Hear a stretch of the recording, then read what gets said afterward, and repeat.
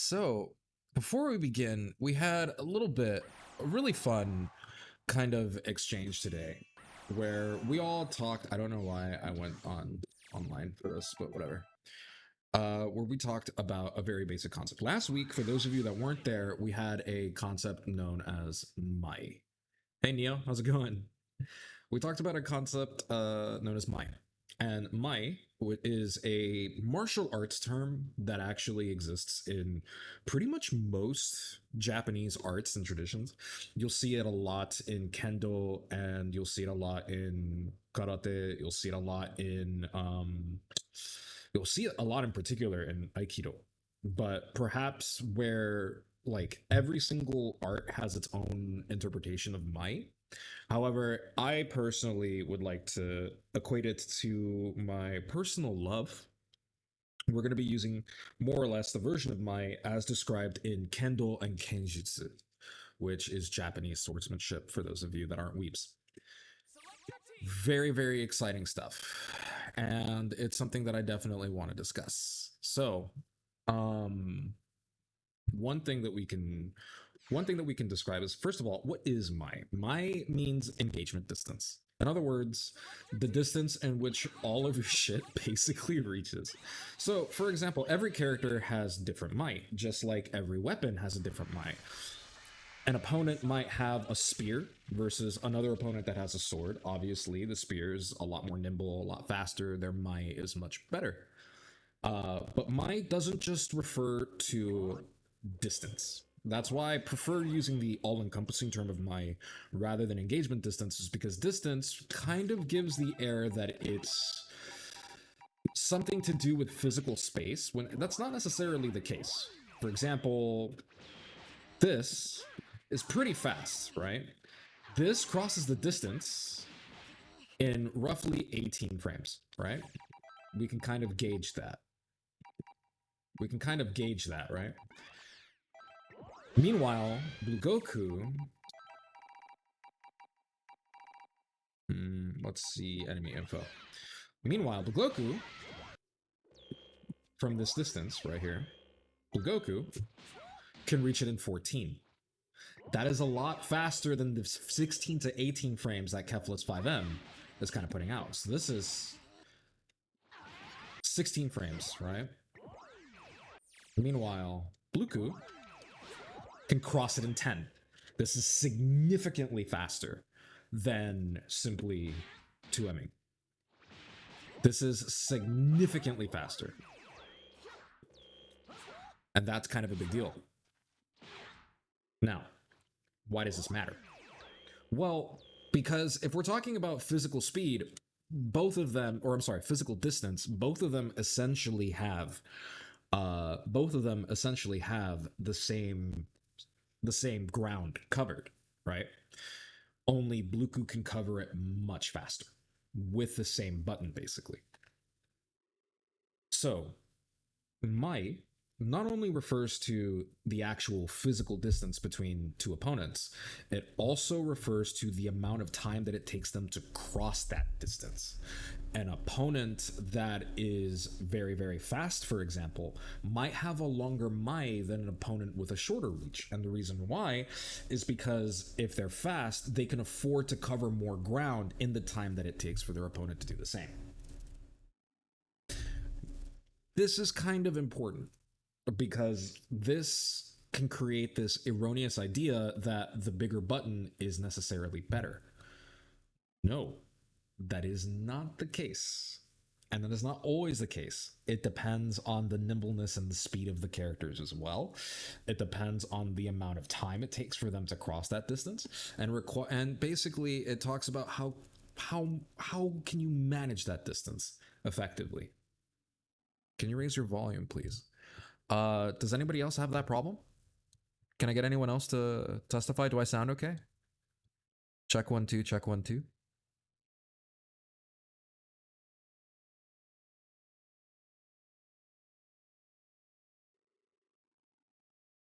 It's G on my end. It could be louder. No, you seem loud enough for me. I'm getting mixed messages. Sound better than you did about 3 minutes ago. I'll raise this then. This should probably increase my volume a little bit, but I may start peaking, and if that's the case, please let me know. All right. But yeah.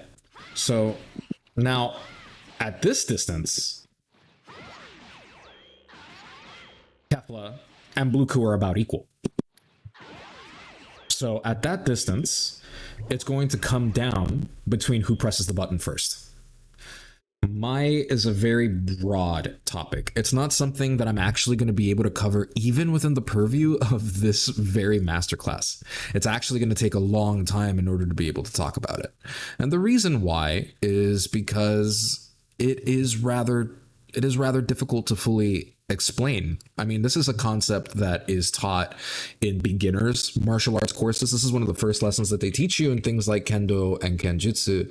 However, it can take literally an entire swordsmanship career in order to pretty much put into practice. And there's a lot of different ranges as well. So in kendo, they have a very specific interpretation as it pertains to the and kendo basically pertains to the distance between two opponents. And when it pertains to the physical distance, just like in kendo, you have three different distances, just like you do in Dragon Ball. For example, zone 1, zone 2, zone 3, right?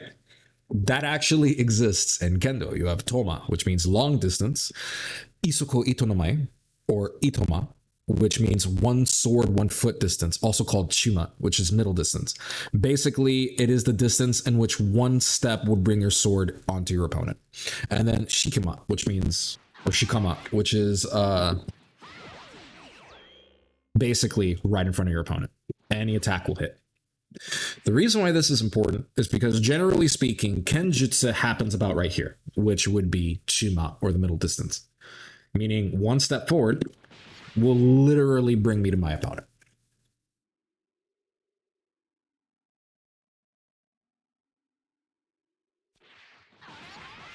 Very, very, very important. Now,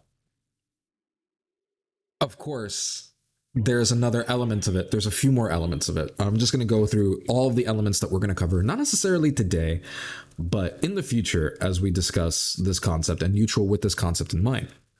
And I think it's very, very important. And I think that this lesson can be applied regardless if you're somebody who just picked up the game or you're somebody that competes at the highest level listening to this.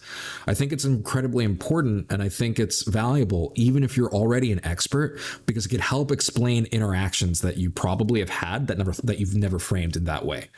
And for me, I find when looking at interactions that I've had in this lens, it makes it not only easier to understand, but easier to replicate and control in the future. So remember, the two elements of Ma is distance and time, as well as the angle of attack, which, that's important, because if the angle is important, this is 12 frames. This is a lot faster than this is a lot slower than Bluku's 5M. However, his 5M will never hit me from here because the angle of attack that I'm employing covers that. Very, very, very important, right? Same thing with this. Right. So in the game, you have angle of attack, which is important, but you also have things that pertain to time. So, for example, the physical time it takes to traverse a distance. But then you have what's called basically kokoro no mai, which means the mental or heart distance. That sounds a little cheesy, so let me explain. Well, I mentioned that from about right here, whoever presses the button first is basically going to win, right? So whoever presses the button first is basically going to win. What's going to determine who presses the button first? Because this is risky. If either of you press a button, you're both dead. Like, it doesn't matter that Bluku does absurd damage. That's still a medium starter. Most characters can easily two-touch you off of this. Or at the very least, carry you to the corner. And if Kefla has half a bar, well, like she already does, she can put out a pretty solid amount of damage. So, even if you're Blue Goku and you hit like a truck, even if you're Zamas, even if you're Blue Gogeta, you don't want to get hit by that, ideally. You don't want to risk getting hit by a 5M for no reason, right? So, kokoro no mai refers to basically the mental fortitude in order to be able to make the decision to press that button or the decision to back off. Generally, opponents with a lot of confidence, not arrogance, this is a very, very important distinction. Confidence, meaning they understand their distances and they know what can reach and what won't. They understand the risks and are able to accept those risks and evaluate the position. Those people will generally press the button first and a lot quicker. Meanwhile, if you're somebody that maybe is a little bit on the anxious side, you like to play it a little bit safer, you like to kind of be careful and you don't want to mess around with the opponent too much, that can actually cost you, because that moment's hesitation will be the difference between which one of you gets the hit. This is why you often see stare downs, and at the highest level, the most common thing that you'll see is both players back off. They understand that, and neither of them want to accept the risk. However, sometimes you can be pretty bold. Another thing that's important to keep in mind is that Maai does not actually just cover neutral. It also covers pressure, and it covers basically every element of the game, aside from when you're actually hitting your opponent. But it's very, very, very complex and very interesting. And in general, mastery is really, really, really important. We also talked about a couple of concepts the last time we spoke last Monday with the concept of balance. Just to go over balance, because I will be saying it again, balance is essentially an imbalance in the position. So right now, everything is perfectly even. We are both at 0, right? But if I backdash, there's an imbalance created. I am now minus 15. Whether or not Blue Goku can cross that distance in 15 frames doesn't necessarily matter. Because if I back off and give him this space, if he recognizes that, he can actually take the space and maintain pressure. Now, you guys have heard me say that word, pressure, right? You guys have heard me say that word, pressure. You're probably thinking, okay, does he hit you? Does he press 2M? Well, here's the beautiful thing. Have you ever felt this sensation when playing somebody that your opponent stepped forward and you felt this indescribable need to kind of move back and give them space? Press 1 in the chat if you felt that before.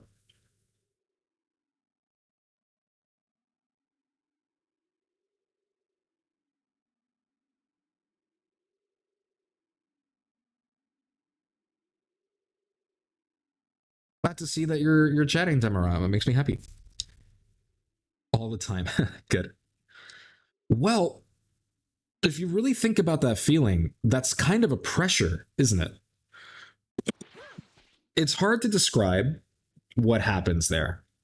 You could probably think about it in physiological terms. You could probably find a reason, a mathematical or a scientific or biological reason for this. But in reality, it all comes down to the same thing. Well, that's understandable. But here's where it becomes important. If they step forward and you step back, then what ends up happening is that your opponent is creating this pressure where they are moving forward with the intent to attack you, and you don't want to invite that attack in. So you instinctively back off to create and maintain the balance. Now, here's the thing. If you maintain the balance inappropriately, you can actually get hit. So, for example, if I'm in this position and I backdash, right?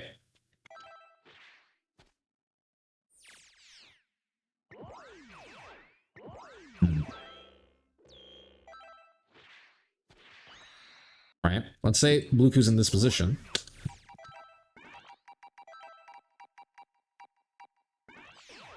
I can actually still get hit. I can follow him out. Right? Even if I block. So let's say I block. Let's say I do this. All right.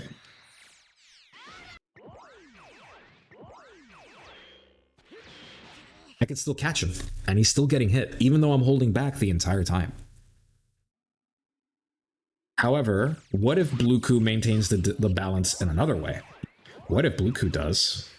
What if Bluetooth does this instead?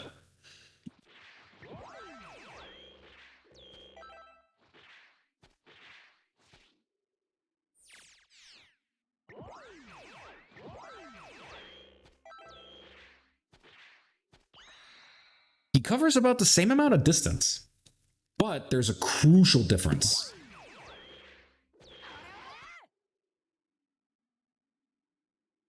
The timing in which he lands in my range is completely different, which can force me to whiff. Now, what if I time it to the jump? He's safe. There's nothing I can do to hit him here. See?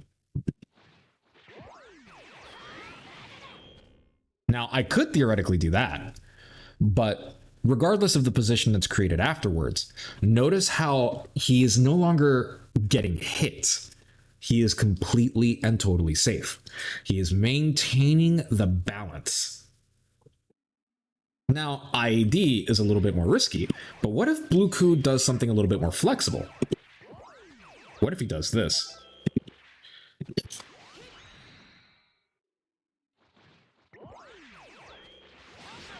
Oof. Damn. Let's try... It's kind of hard to aim, so let's do... Oop, my bad.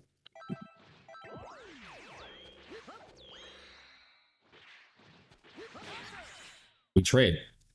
Kind of a weird interaction, to be honest, but there we go. It's hard getting that precise timing that you would when fighting another human being, because there's no way that the bot can basically adjust to me. But all of these are valid retreats. And not only that, but even if I do nothing, right? I get hit. I can block. But if I block, look at the imbalance created now. +9. Blue Ku can effectively do whatever he wants to me now. Now, he doesn't have a 9-frame normal that can reach me at this distance. However, it doesn't necessarily matter because he can dash 2L, dash 5L. He has a lot of ways to take advantage of his plus frames, and now I have lost neutral. This is an example of how we can think about how to retreat and how to escape our opponents in a more holistic and meaningful way. A lot of people have a very hard divide in their minds between defensive movement and evasive movement, when in reality, the best movement possible, if you're playing neutral, is moves that accomplish both. How can you both escape your opponent's attack while simultaneously turning it into an advantageous position for you? This is an incredibly deep and complex topic, and if I were to describe every single way in which this was possible, we would literally be here all night. And probably some of the morning. So it would not necessarily be practical. I think a much more better way that we can actually continue to think about this is instead think of your individual characters and how they can basically create situations that are advantageous for them, and think about the intentions that you carry when employing Ma or Maai. For example, just because you can attack doesn't mean you should. Because remember, an imbalance is created every time we do something. That's nice. -59 or -69. That's so funny.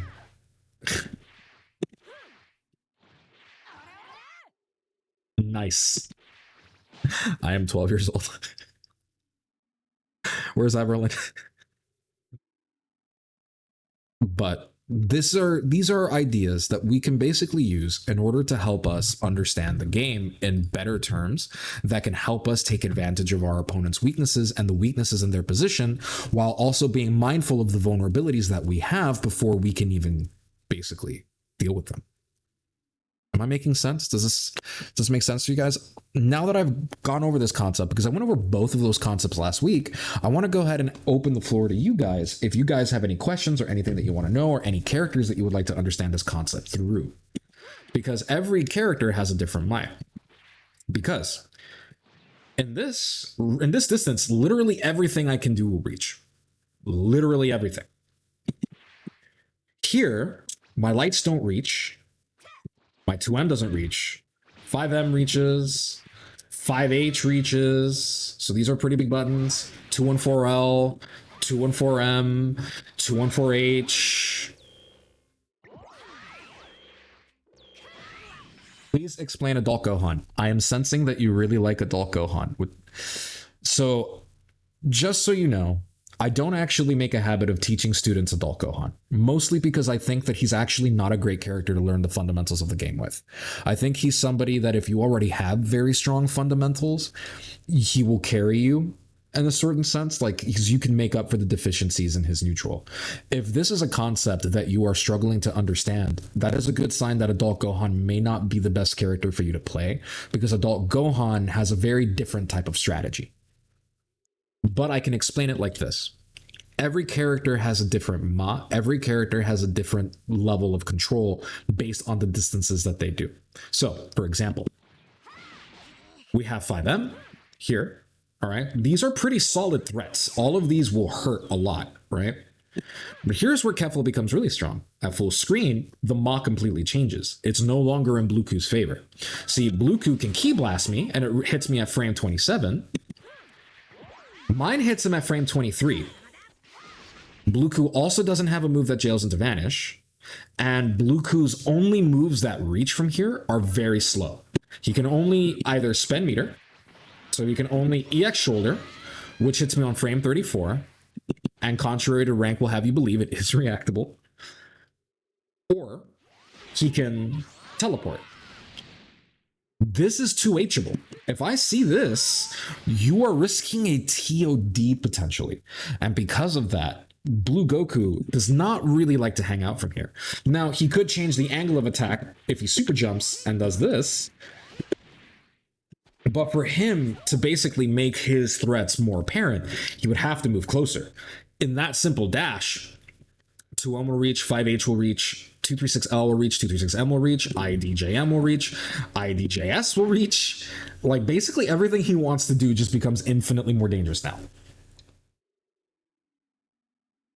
So that's definitely something to keep in mind. So every character has different Maai. Every character has different methodologies and different strategies that they can employ in order to take advantage of this. But it all comes down to the basic same principles. Even though every character has a different interpretation of this, treat Maai like it's endemic to the system mechanics. It is endemic to physics itself, basically. So with that in mind, we can discuss the way different characters interpret Ma and how to properly navigate those situations. And in future classes, we'll even show you how to deal with characters with longer reach than you, depending on what you do. How do Vanish and Super Dash affect Ma and DBFZ? So Super Dash is actually pretty useless on the ground. And the reason why is because it's very commonly reflected. And if you're not careful, it is anti-aired, which can lead to enormous pain. And it's not very good reward for what it is either. If I, for example, if I super dash from full screen, I can maybe do this. Ooh. Maybe do that. That is not necessarily proportionate to the reward that Blue Goku would get if he 2Hs me for this. Not only that, but if I reflect, I lose a positional advantage because the imbalance is created so enormously that Blue Goku essentially has an easier time moving into me and navigating the ranges that keep him very, very dangerous against me. So Super Dash is a non-factor here. However, Super Dash is potentially very important if your opponent is jumping, because that is often the only move a lot of characters have that can actually hit them in the air. That's kind of important. As for Vanish, Vanish doesn't really do anything except for cover a commitment. So if this whiffs, I can do this to get out of the way, but then the opponent can counter Vanish and we essentially spend a bar to reset the position. It could be a viable strategy. However, it is less valuable than something like Empty Vanish, for example. Hi, Torque. Well, actually, I mean, I know you're late, but you should probably be in bed, man.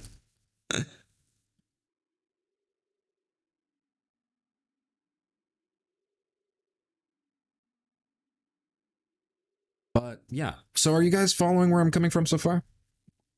As long as you're okay. Now, in this position, Kefla is far more dangerous than Blue Goku. She controls the space much more commandingly. She's very dangerous if he decides to do anything. And if he ki blasts to retaliate, she can just go through it and convert it like this, which leads to pretty big damage. It leads to about 4.4k on hit. So if that's the case, yeah, this is where Kefla can easily manage the position from. And her 5S becomes a very important tool. Now, I'm not going to get too deep into what Kefla means, but that's basically how Kefla controls the space. Basically, she's a mid-range monster, but she also uses her ki blast to stop people with bigger buttons than her from coming into her space, allowing her to basically buy time, tempo, as we've spoken about. And that would be how she maneuvers her Ma in order to actually attack opponents with her above average reach. Somebody like Adult Gohan, for example, has a little bit different applications. Adult Gohan is a character that doesn't really close distance. He creates distance. Which means that his approach to neutral, instead of stopping the opponent from what they're doing, he's going to basically focus on drawing attacks and then taking little concessions that the opponent makes. What do I mean by that? Well, remember how when you move forward, opponent moves back, or whenever your opponent moves forward, you move back? That whole principle, that pressure. Adult Gohan is amazing at it because he can step right here up into Blueku's face, right? And then immediately pull back and force them to hold an assist. And he recovers so quickly as a result of it.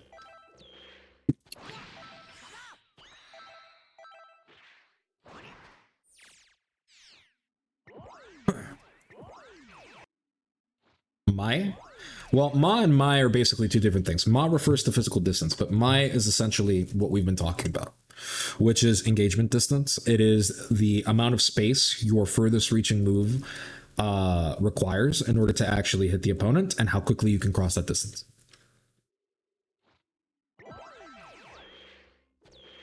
Okay, let's see.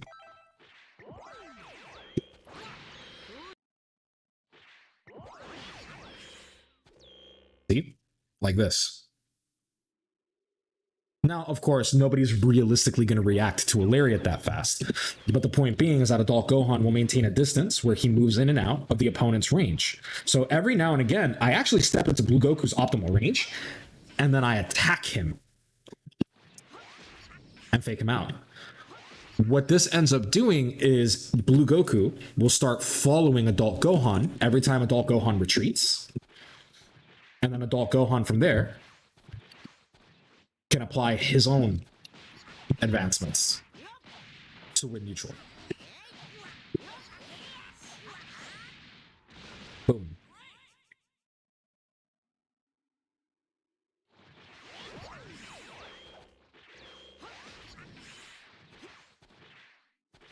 Not only that, but Adult Gohan, remember, angle of attack is very, very important.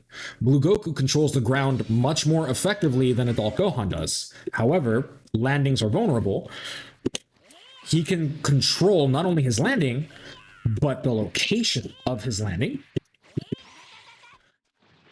And he can postpone that indefinitely, or he can immediately come to the ground. So if Blue Goku tries to chase after him by dash blocking, see?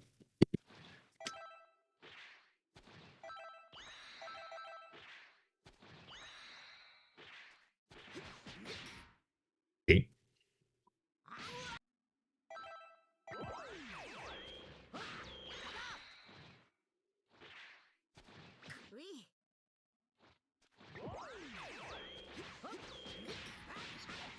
Boom. See? Adult Gohan can basically slip in and out of an opponent's Ma. And in doing so, creates a strategy that we will talk about in the future, which is drawing an opponent's attacks.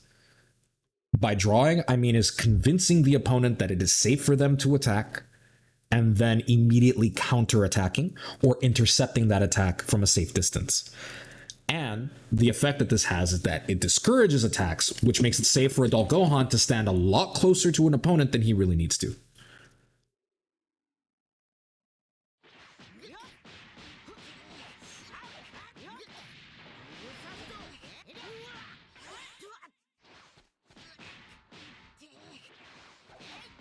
And so basically, in a very rudimentary sense, that is the basic idea and strategy of adult Gohan's neutral, which is why I don't think he has bad neutral. I don't think he's ever had bad neutral. His neutral is just less aggressive and less direct than a character like Blue Goku, Gogeta, Hit, or characters that command a lot of space. But I think he's actually very effective when used properly against these characters because it is incredibly difficult for them to hit him, or for them to hit him because he is so slippery. Shut up, Tor.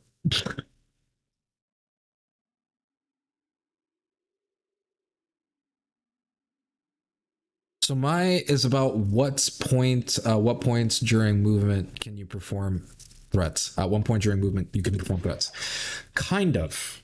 My is literally about basically controlling the distance and knowing when it is safe for you to engage, when it is safe for you to disengage, when it is necessary to disengage, when it is necessary to take the space. Like you can't reduce it into a single concept like that. It is very, very broad.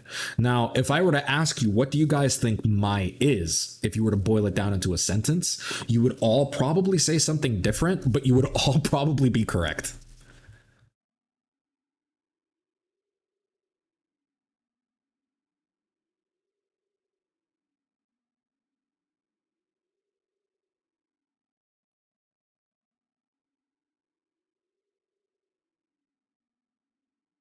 I love Adult Gohan so much that but I must stay away from him while I work on my fundamentals.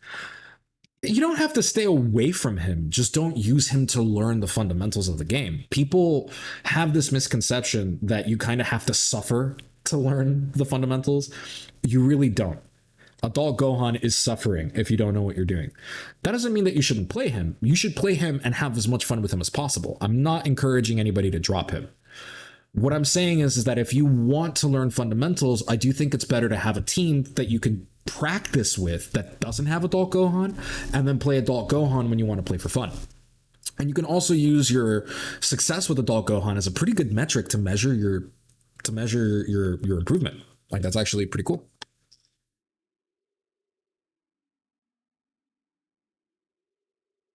The art of footsies. Yeah. I mean, the term is fun, but it's very important that we stick with Mai. And the reason why it's important that we stick with Mai is because Mai is a lot more encompassing than a lot of the terms that were being suggested. Because remember, there's different levels of Mai. Every character has a different Mai, but more importantly, there's also things like Mikiru, which is something that I have not talked about. It is literally the most advanced form of Mai, and it is basically master level shit, and it's something that not many people can apply. Like I haven't even I've seen Wawa and Goichi and Yasha kind of apply it, but not at the level that some of the swordsmen who have described it has. However, a really good example of something that Mai doesn't cover is Kokoro no Mai, which is the interval of the mind. In other words, the mindset required. Just because Blue Goku, for example, could 2M me doesn't mean he will. And being able to recognize that and recognize your opponent's intentions whenever they move into a position or whenever they attack is incredibly important, arguably the most important part of Mai. And it is also the hardest thing to learn because it requires experience.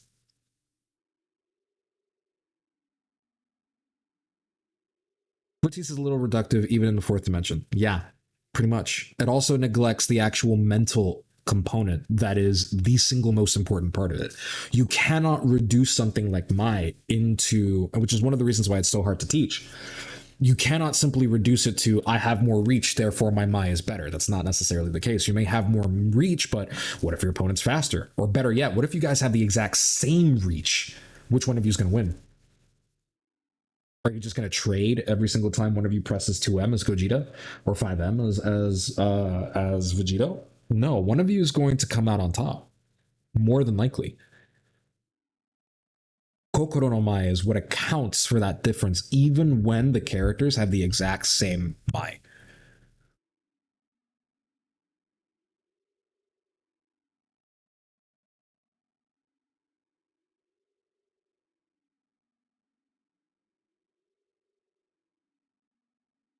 It's like adding another axis to the screen. Not exactly. The axis of the screen doesn't. Yeah, the time axis. Okay. Yeah, in that case, yes. The time axis and the mental axis. Those are two added things that you have to learn. And since we're just introducing Maai, I'm not going to spend too much time talking about them. But for an example of what crazy Ma might look like, it would be something like this and Blue Goku not moving. Because he knows this won't reach him. And he can tell by how much distance he can get away with. Oops. That is incredibly hard and incredibly difficult to do.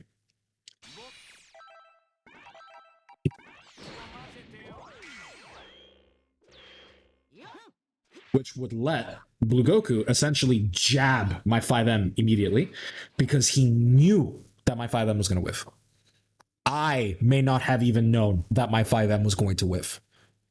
Obviously, if I did, I probably would not have pressed the button. You know, nobody wants to whiff right in front of your opponents. But that is an example of Mikiru, which is an abbreviation of another Japanese term that is way too long for me to remember off the top of my head, but it was coined by Miyamoto Musashi. And it is the highest level of Maai. And it is basically, everyone has done it accidentally, but imagine doing it as intentionally, where I'm not going to move until you are precisely in the range where it is necessary for me to move. And I'm not going to move an inch further back unless I need to. And even then, I'm only going to move an inch. Because this is the single most advantageous position to be in the game. There is no recourse here.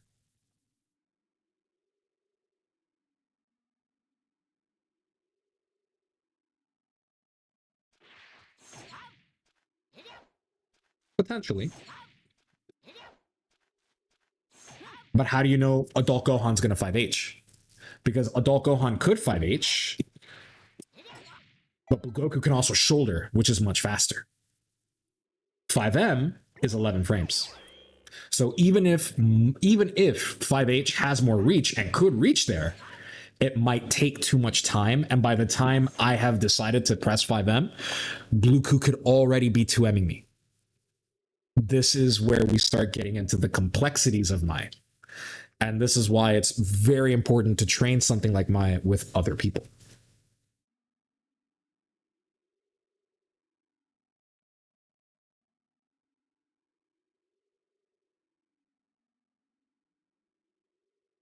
So you're saying there's like 4 dimensions in it. So I'm going to be completely honest, and forgive me if I offend some people, but I just think that it's very, very important because this is something that a lot of places actually get very sensitive about. And it's something that I want to be very, very clear. We are appropriating a Japanese martial arts term, but we are appropriating a term that has existed for thousands of years and has a lot of cultural relevance. Like, for a while, Kendo and Kenjutsu are incredibly important to the actual culture of Japanese society. We want to be very, very, very, very careful appropriating and misusing these terms, but we also want to be careful not to denigrate and disrespect these terms. Especially as people that are not Japanese. Am I making sense? Be careful with that. But even then, Blueku wouldn't know that 5A. Okay, when we get into complexities is where I get a little lost. That's because you're not used to Maai when 2 people are fighting each other. For example, what I'm trying to say is this hypothetical example, not necessarily footsies, because this is essentially footsies as a part of Maai. Maai and footsies are not mutually exclusive. Maai is just more all-encompassing. But when you start calling it 4D footsies or trying to find alternative terms because you don't like the term Maai or you're using Maai as a pun, it can be seen as a little culturally insensitive, a little bit rude at worst. I'm sorry, at best. And honestly, at worst, it could also appear very racist. Just be very careful with that. So what you're saying is using Mai as a setup for your mama jokes is very inappropriate. I'm not necessarily saying that, and I'm not going to tell you not to do it, but I do think it's important that you guys are very cognizant of the way that it could be perceived and cognizant of the basically like the historical importance of a term like this, and then make that decision yourself. But that being said, regardless on what decision you make, I do think that the decision that you make, whether you continue to do it or stop doing it, does say a lot about you. So I just want to be very, very, very careful, especially since a majority of the game's player base is also Japanese. So we want to, I mean, of course, doesn't mean they're going to be offended, but let's show respect to the things that we're ripping off. You know what I mean?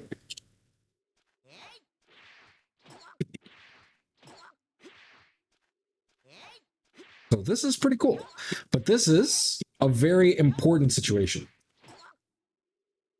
because we're starting to get into incentives. We start getting into basically how much we should move, how much space, how much distance do we give our opponents and whatnot?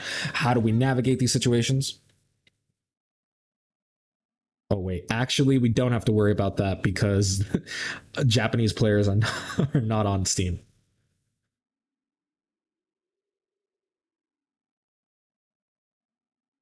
But you never know. I would love to actually have a Japanese player base for WTG, but I don't think we'll ever be able to overcome that language barrier. So very, very important, right? We want to be very mindful of what we do here. We want to be very careful.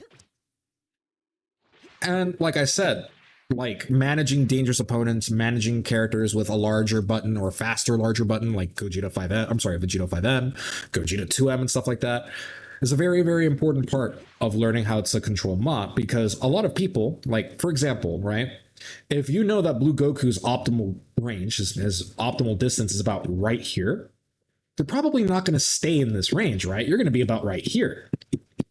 But here's the problem. Adult Gohan can't really reach. He has this, and that's pretty much it on the ground. He could do this, but this risks getting too aged. He could do this, but this pulls him back even further. See where the issue's starting to come in? So in him trying to be very, very safe and weary of Blue Goku, he has essentially removed himself entirely as a threat. And not only that, but Blue Goku still has an advantage because Blue Goku still has a full screen projectile that is much faster than anything Adult Gohan throws at him. Well, not much faster. They're about the same speed, but Blue Goku can just jump over and then do JS. So keep that in mind. Also, dash jump. But yeah. So this is probably the biggest misconception that I expect a lot of you listening to this, as this is a new term for you guys. This is probably the most common mistake I'm going to expect to see from here on out until we get a little bit more accustomed to this. Like, this is a mistake that I expect a lot of you guys to make. This is a mistake that I expect, some of you to actually endure. And I think that that's very, very important to keep in mind. It's okay to make these mistakes, but it's also very important to correct this misperception. Mai is not played outside of your opponent's ranges. For Adult Gohan to play Mai, he would have to be right here, because this is the only place all of his threats hit. But Blue Goku has bigger and in some cases faster button. See, this is 11 frames from here. Blue Goku's is still 10. Now, we do have this, but we must be very careful with how we play the game at this point. And because of this, Adult Gohans, if you want to play an Adult Gohan at the top level, you need to be comfortable playing at this range. You need to basically find a way to safely come into this range and then maintain it and control your opponent's options through careful use of tempo, careful application of threats, as well as retreating when you need to, and maintaining a safe distance and drawing your opponent's attacks in order to get them to create in order to get them to create an imbalance in the position, or force them to get away from you to create some space, and that can lead to some issues on its own. For example, you probably have heard me give the criticism, and press 1 if you have. If you've been in a ring match evaluation, or if you've seen any one of the recent Fighters Kingdom tournaments or Fighters Kingdom matches where I have said, take your space. Press 1 if you have heard me say, take your space.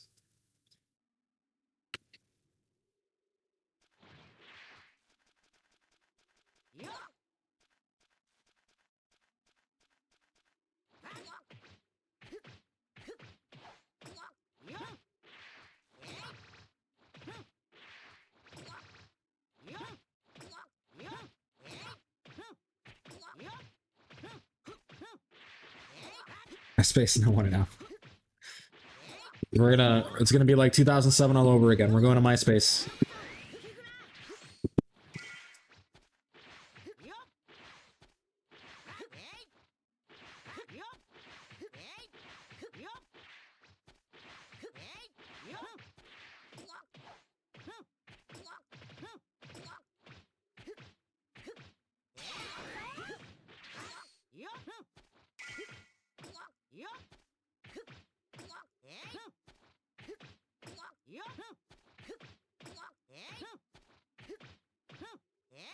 There we go.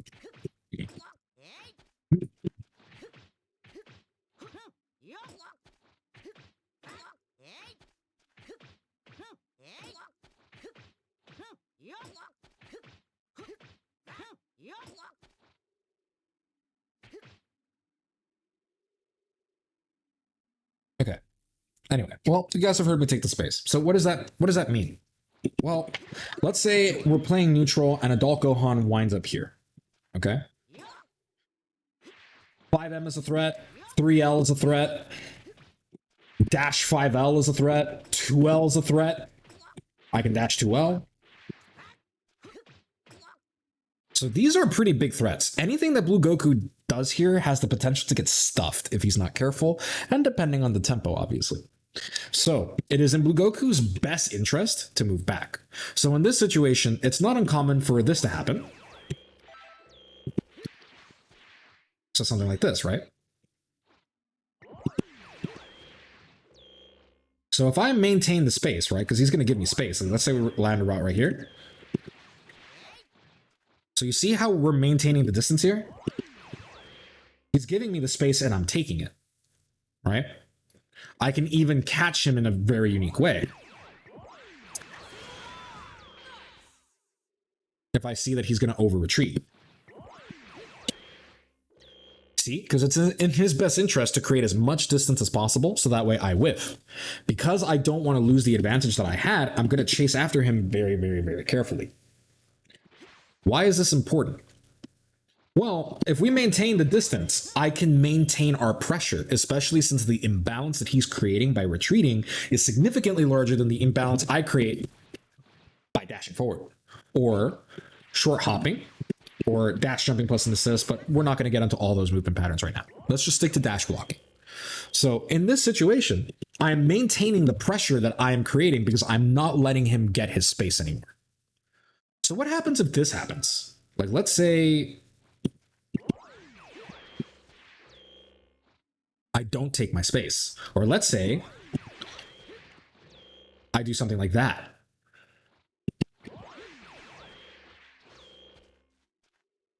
So we're going to say that I ended up here, okay?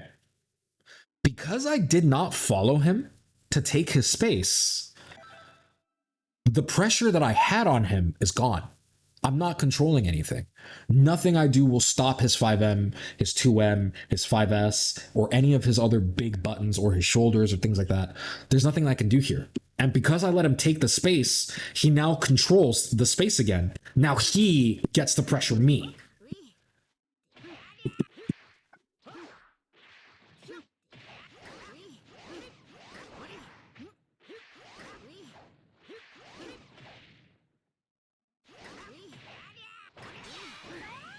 He now gets all the space in the world. I now have to move back from him, and now I don't have the leverage anymore because now anything that I do has the potential of running into one of his big buttons. He has control now. even though the imbalance was created with him moving back, because I was not able to maintain my pressure, and by pressure, I mean the pressure in neutral, that forward intention to attack. All of that tension is released and put squarely back in Blue Goku's favor because Blue Goku has the larger buttons. This is why it's important to take your space and why it's incredibly dangerous to over retreat when it was your advantage or when you had a positional advantage or when basically you had superior Maai. I would hope that some of you guys feel a little bit not called out. Like, I don't want it to imply that it's something bad, but I hope some of you guys are starting to put together where you're like, oh shit, that's why I keep getting hit.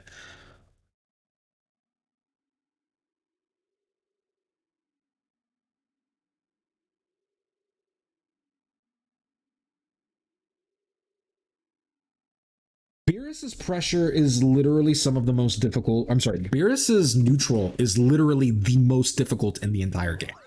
He is not something that I can finish explaining to you. He is something that only masters of Maai would be able to apply. Here's why. Because his orbs lose to a universal mechanic. So you can't really do this willy-nilly because he can just super dash you. Can't really do this willy-nilly because he could just super dash you. And all of his buttons have a hitbox that does not travel. He does have something cool. He does have this. Hey, thank you for the raid. I appreciate it, Weimer. Or Vimir. I appreciate it.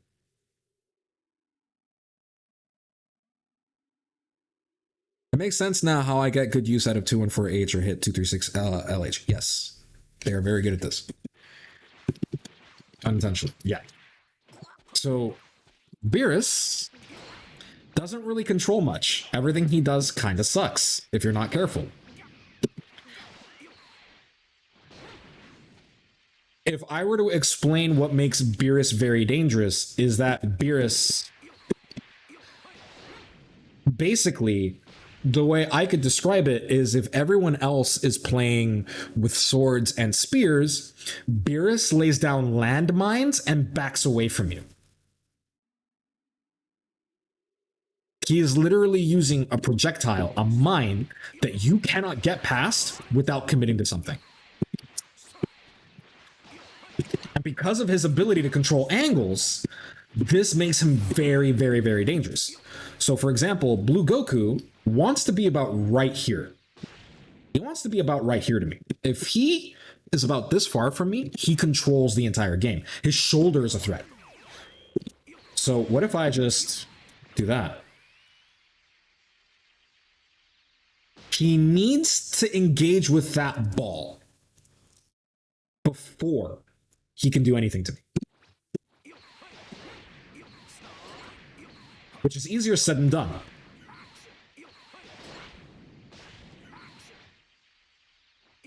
Especially if I call out an orb that travels to him and I start placing stuff to, you know.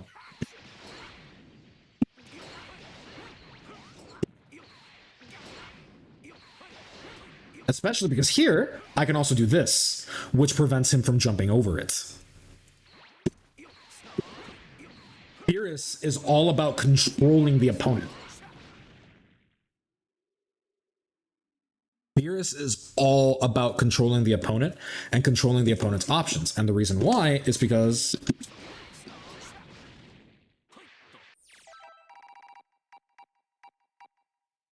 see if this works. I've actually never tested this before, but I have a hunch. Yeah, that's what I thought. So here's the thing. People are always wondering, man, Beerus gets hit by everything because he doesn't have a hitbox. He's always getting punched out of it. Yeah, well, good luck. See, now he's right in front of an orb if he's not careful. Yeah. Very unsafe. And then, of course, I gotta head out. I'll catch the VOD later that'll make sure I understand. Cool. Take care, Rag.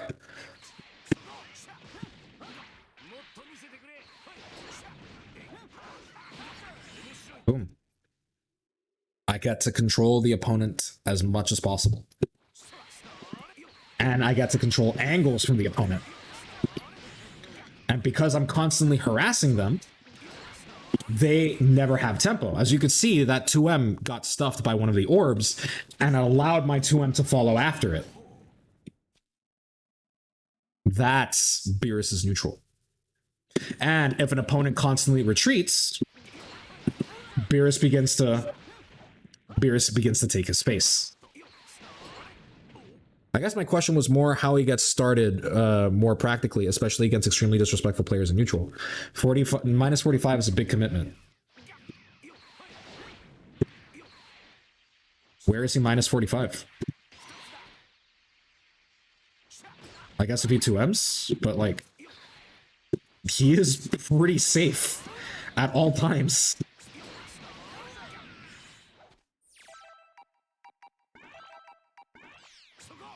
Even whiffing his 5H isn't even that disadvantageous.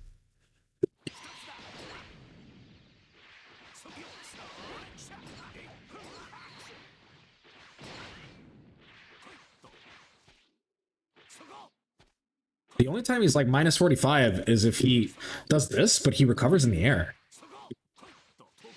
Now, this sucks. I'm not gonna lie. They need to buff this. This is trash. But, yeah. Raw orb calls minus 33.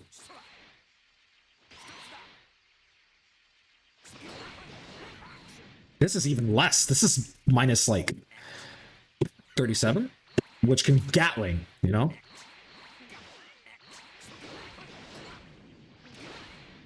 Very dangerous to challenge his orb calls. So the way Beerus gets started is by carefully maneuvering the opponent. So if we start round start, it's already beginning. Now, here's the thing about Beerus that makes him dangerous. People expect the orb calls. I don't need to play orb neutral.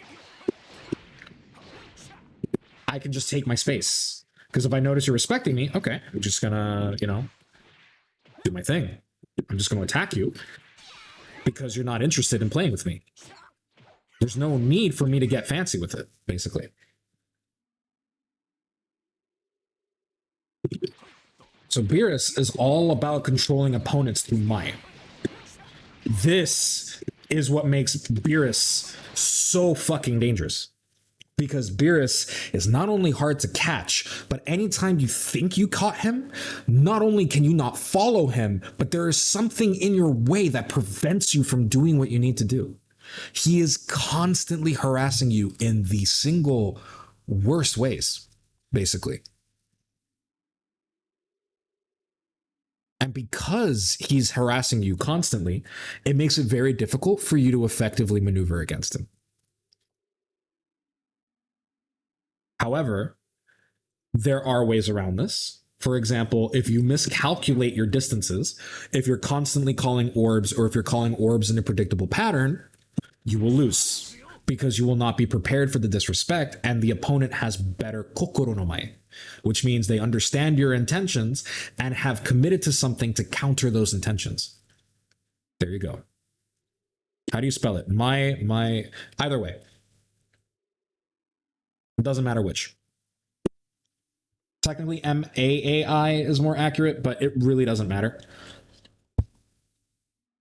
Because they both mean the same, from the same characters.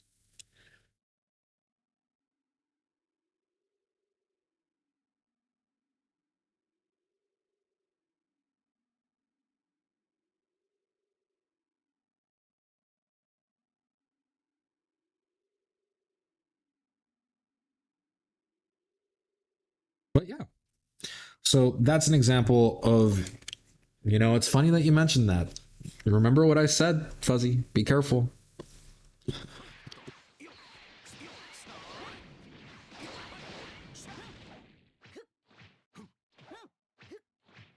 Now, what makes Beerus difficult?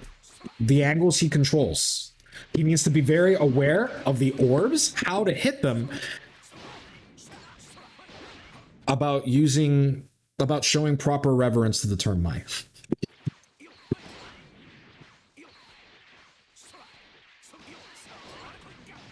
Now, how does he advance? He even uses the orbs to advance.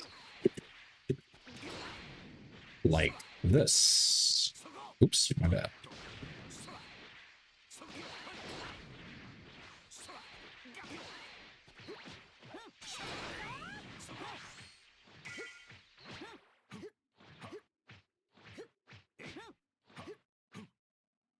Maai, the utilization of a character's innate specialties in a fashion to give them advantage. That is not what Maai is at all. And that is nowhere near Maai.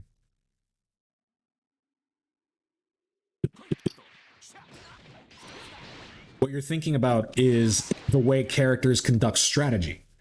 Meaning every character has a way that they like to move, every character likes a way that they like to be used, but Maai is more fundamental than that. It is not strictly tied to a character because the same principles apply. This may lose to everything under the fucking sun, but if I have tempo, it doesn't matter. Bluku's still gonna get hit. And because of that, and controlling tempo and controlling the time interval of Maai, this is where Beerus excels at. Beerus controls the time interval of Maai.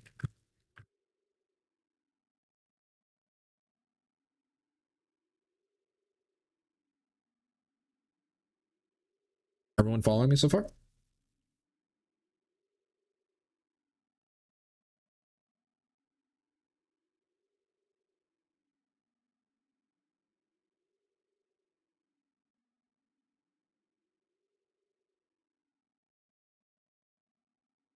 All right. Now is a pretty good time to answer questions. You guys have any questions? Maai is about dynamic balance. No. Balance is a part of Maai, but Maai is not balance.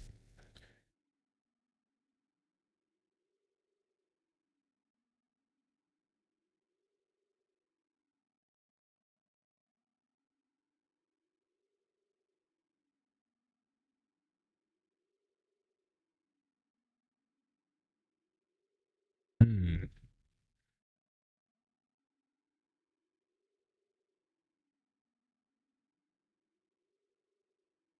Maai strictly refers to interval.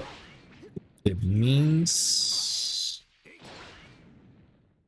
Well, would you share with the class, Tori? I'm curious what your wording is.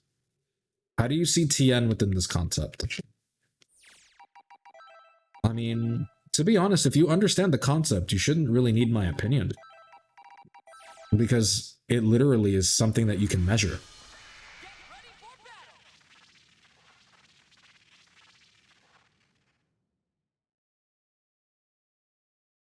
I know you got the term from martial arts, but how did you specifically come to learn about it? Because I practice martial arts. I used to do Kenjutsu.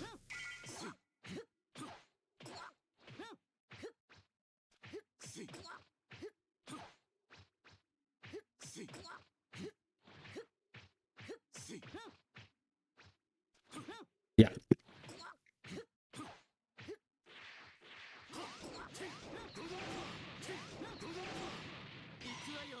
Doesn't work. That works, but it's very slow. Has guard point though. Good button. JS kind of sucks, so be careful. That works. Catches a lot of people off guard. Pretty good advancement. 2Hable, but you know, will catch people off guard and it's a 50-50 if they block. He doesn't have buttons that contest the mid-range very much. So basically he wants to draw attacks as much as possible and then reply. He is very similar to Adult Gohan, but worse in nearly every regard except damage. Actually, even in damage, he's not as good. And super damage, he's superior though. But yeah. Keep my trolling to over the internet. Don't worry about it.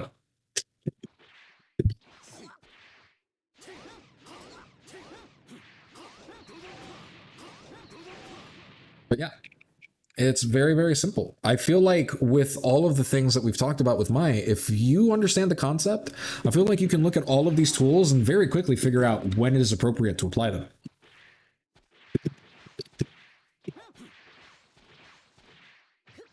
I can tell you this, taking the space with TN, very important. And light Haikyuken is really good.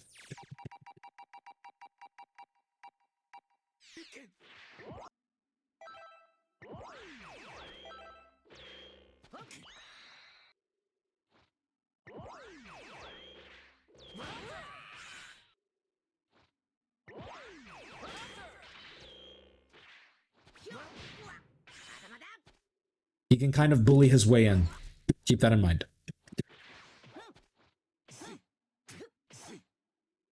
And has excellent pressure.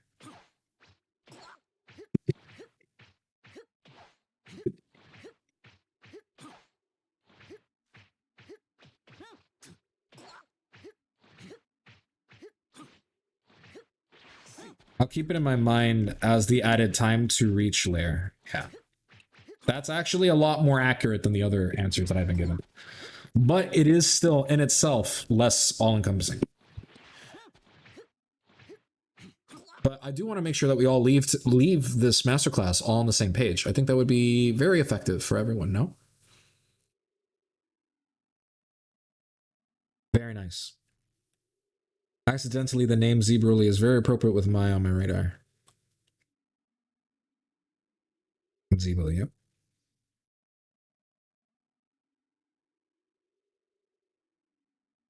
Not on Adult Gohan level. Most characters don't. Adult Gohan has some of the best, if not the best pressure in the game free. And I know that's going to be controversial to some. But yeah, in terms of stagger pressure, he probably has some of the best.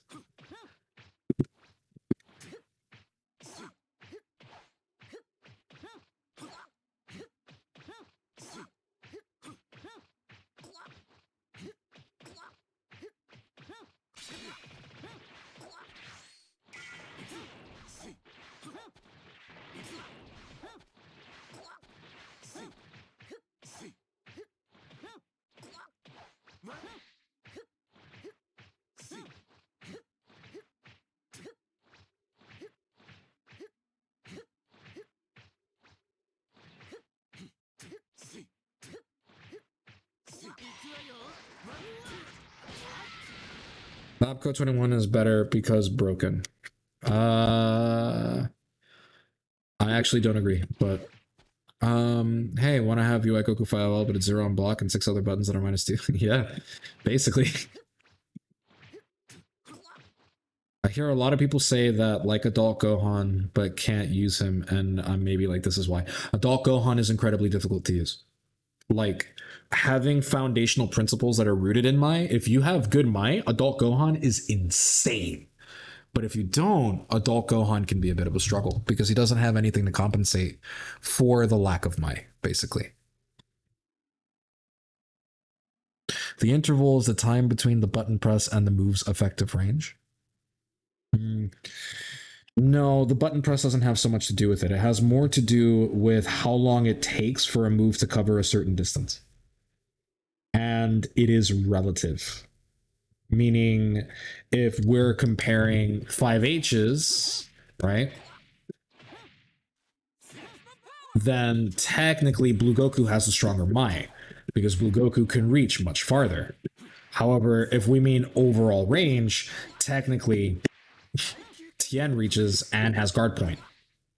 So, like that, basically. It was a joke, but it didn't come out right. Oh, sorry, I didn't realize it was a joke. I have a lot of people that come in and unironically will think that, which is why I addressed it. But I'm sorry, I did not know you were trying to joke. My bad.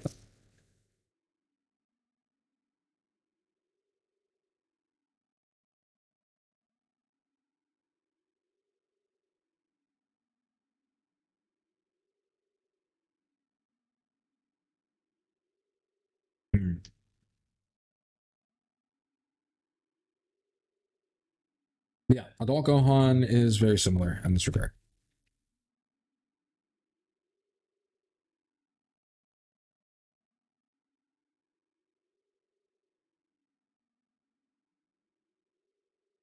You're an excellent teacher as always. I'm very sensitive right now. So if you guys start giving me compliments, I may actually start crying, and I don't really want to do that on stream. But I appreciate you saying so. So does 18 control Mai? Nobody... Mai is not something that you control. It's an innate state of things. Maai just refers to an individual's ability to cover distance.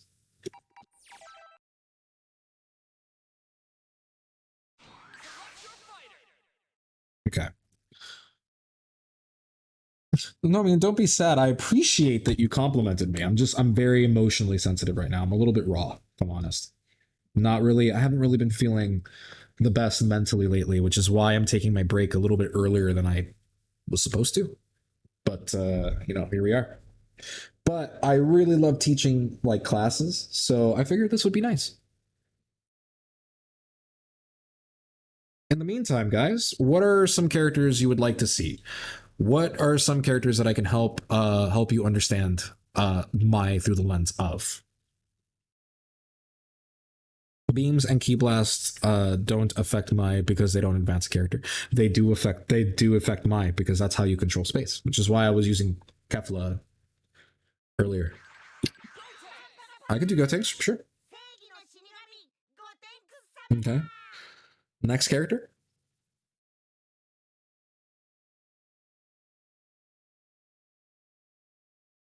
I get it. I mean, my mom is from Nicaragua, so I speak Spanish if that helps, but my Spanish is terrible. Don't test me. People need to see lab coats Maai because it will happen. Okay.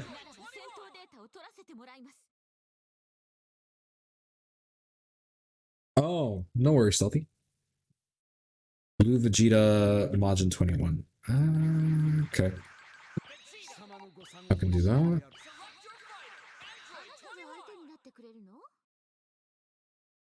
Cell. I can do Cell.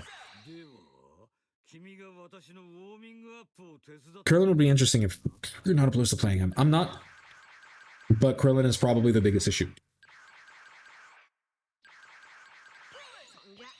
Krillin would actually be very good to talk about. I haven't done this in a while, guys, because I kind of just presupposed. But where are we going? Where's our map for the rest of the night? I know I'm a little bit late on it, but I figure you guys like this, and I want to be nice to you guys.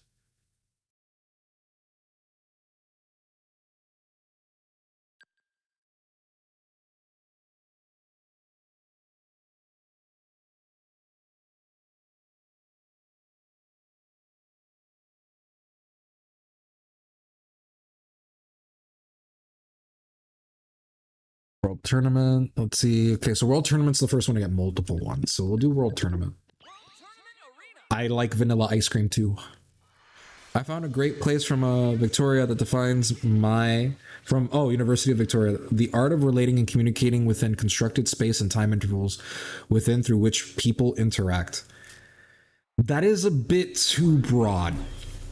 Because the whole concept is basically equating Dragon Ball to sword fighting.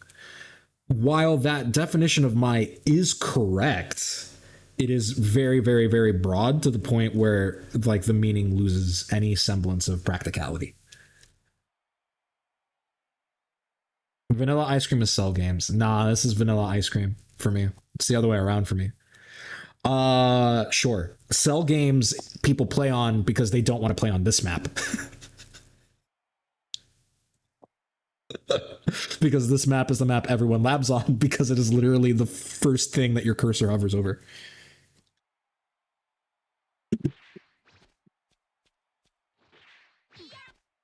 Hi, Complex.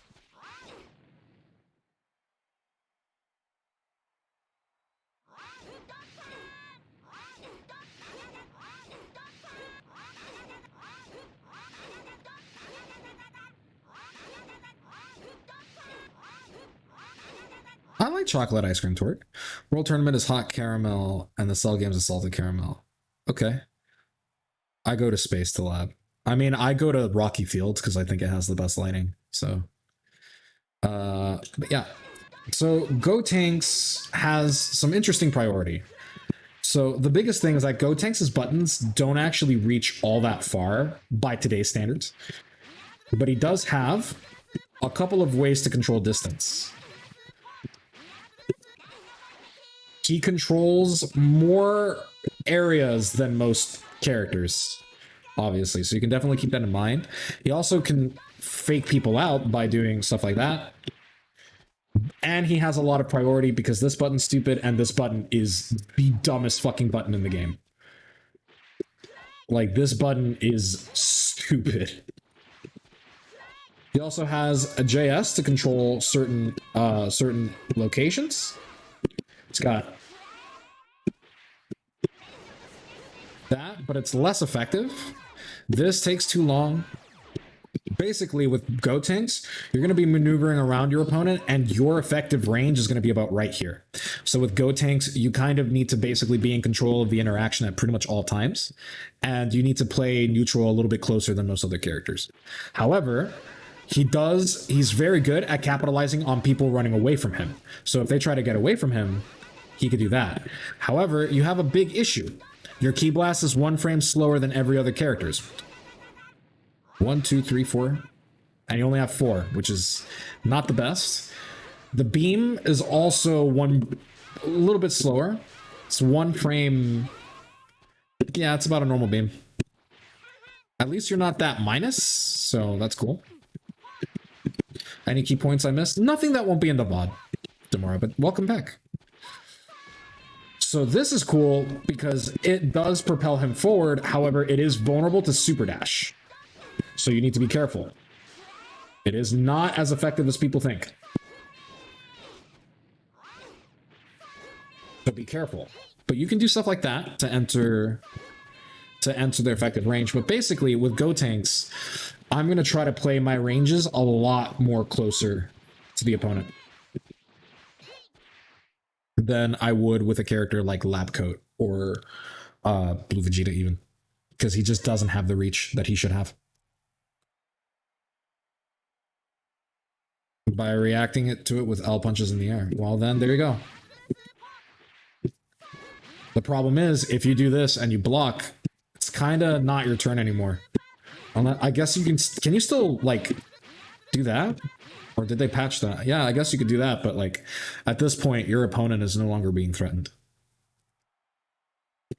And they could just reflect the L punches and then punish, especially if your opponent's this character, who, you know, it's got this. This. Yeah, this. It doesn't matter if they reflect. Which you could bait, but again, that's a lot less effective than controlling a certain space the way this character does.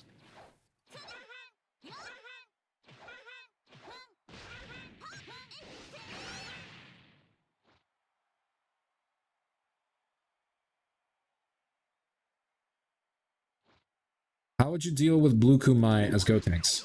Well, the same way that we described earlier. This is not going to be that masterclass that's going to teach you how to deal with characters like this.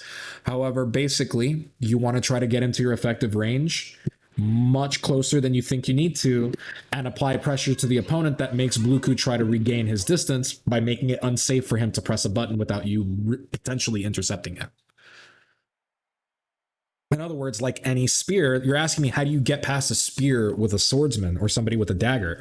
Well, you need to create a situation where you get past the point of the spear and take control of the spear, where anything they do, you can just basically stab. It's a lot easier said than done, but, you know, that's pretty much the only way you're going to get past the spear, unless you have a gun.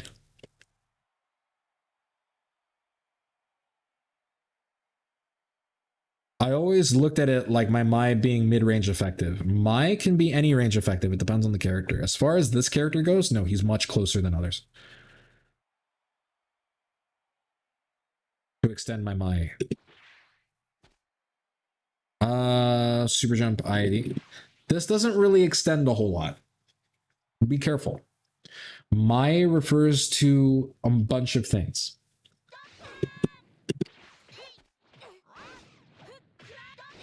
At least he has decent pressure.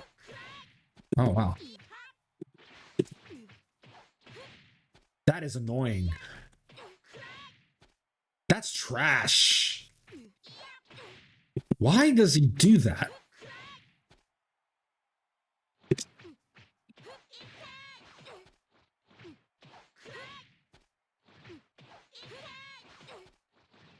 Yeah, this is a trash character, honestly.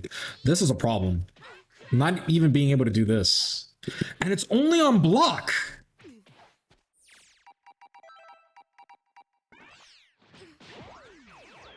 It's only on block. That's so weird.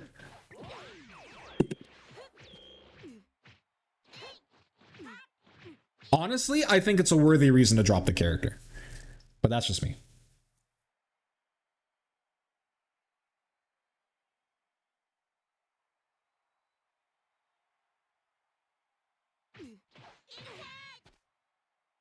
I'm losing my mind.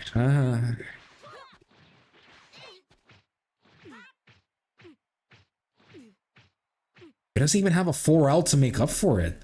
That's such a weakness in his pressure. Does he have a 2L? Okay, good. I was about to be like, all right. He has a 2LL. I guess we could start there. That's good.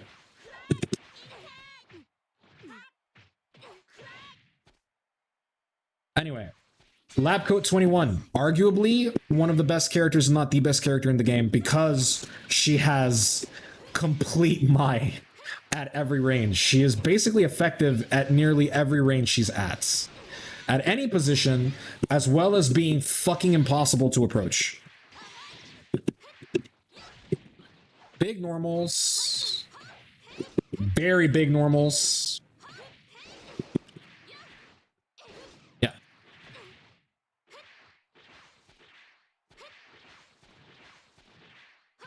But how do we get past her? Just like a character with a spear and a dagger and whatnot, it all comes down to timing. We can beat her. Just because she has most characters beat in the distance department doesn't mean that you can't beat her in the interval department. It doesn't mean that you can't beat her in the time department or the mental department or anything like that. There's a lot of ways that you can get past her. Hey, Cloud. Happy to see you're here.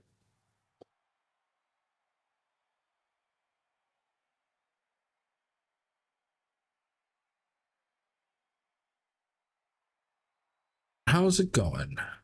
But yeah, so essentially that is what happens.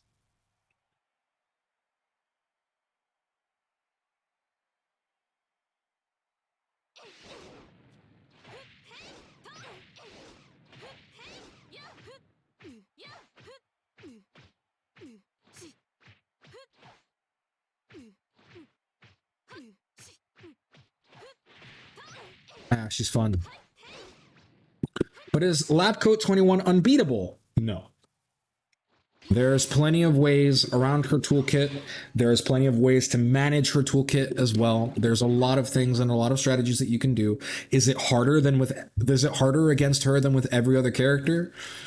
Maybe. Very possibly, yeah. Is it impossible? No. But yeah, I mean, this character pretty much is the way she is because she's arguably one of the most effective characters in the game. And her Maai reflects that. She has incredible reach with all of her normals, and it can be incredibly difficult to challenge her. She has a lot of priority. She's got very, very powerful specials with high reward off of them, even with the scaling there. So yeah, there's this character is pretty good. Blue Vegeta. I feel like people don't understand how big of a button this is.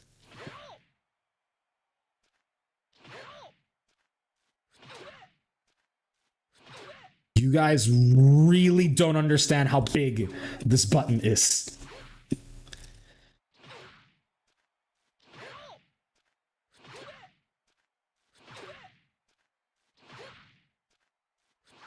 Yeah.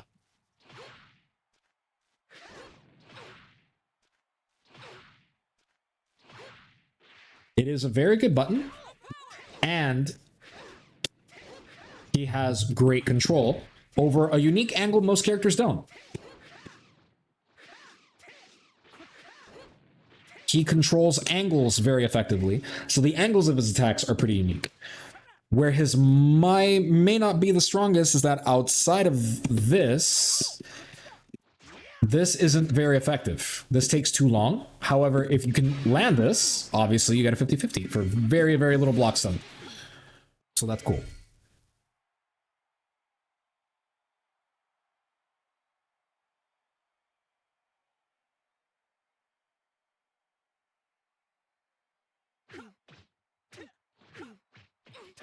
So yeah, Blue Vegeta kind of has that range. Now, however, he doesn't have a lot of different tools to do this. Vegeta is what I like to call an interception character, meaning he likes to get in not as close as Gotenks or characters like Gotenks, but his goal is to basically stop an opponent before they can do something.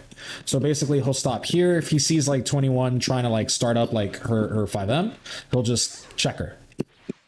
Check, get in, boom, done. Check, check, check, check, check, check, check, check, you know. Very, very, very good at basically stepping in out of an opponent's range and then intercepting them while they chase him. Basically, he is a character that likes to also draw attacks very similar to Adult Gohan, but he has a very unique flavor to how he does it. Goku Black 5M tip range goes as far as Blue Vegeta's grounded leg when yeah. Oh, so he wants to attack and prep? Yep. That is his entire game plan. But just like this, if your opponent's not prepping anything and they're just sitting here, you don't want to use this too much. The biggest mistake that I see Blue Vegetas make is they like to spam the shit out of this when the opponent's not doing anything. Don't do that, because you're just going to get super dashed, or your character is going to get either lariated, he's going to get fucking smacked in the face, he's going to be attacked before he can do something, he's going to be attacked in startup, and if you preemptively do this, you're getting level 3. So best I could tell you is try to attack as accurately as you can with his Ki Blasts, and you'll be fine. But yes, he wants to attack him. He wants to do both. He wants to both attack and prep, and also start the attack startups if he can. And obviously, if he is in range and the opponent doesn't do anything, then he just takes his turn.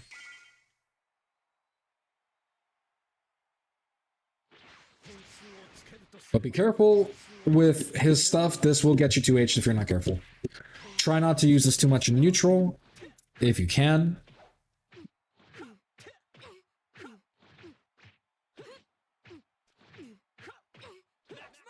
But there you go. So those are pretty much those characters in a nutshell. Android 21 is basically Kefla on steroids. This is stupid. This attacks. This is a great example of Maai from an angle, where she is able to simultaneously pull away at an angle that most players cannot attack, while also attacking from that angle, which is really cool. Stop hit is a term meaning the attack on prep time. Yeah, that's fine. Whatever you want to interpret it as. But yeah. Big buttons. Very, very big buttons. Very big buttons. Possibly the best JM in the game, if I'm honest. This character is very stupid. Again, Queen of Neutral, more like the Queen of Maai. My queen. There, your one pun. Cell is also a very, very interesting character because he's also very intercept heavy. So Cell likes to step in, back off. The way he approaches is by attacking at angles and leveraging his massive reach to basically follow his opponents on the way out. But Cooler's JM has a very big distended hitbox, I think. Or I'm sorry, hurtbox, I think. Keeping it from being as good as 21's. But yeah. He doesn't really control a lot without taking a lot of time to do so. This is very slow, for example. This is very slow.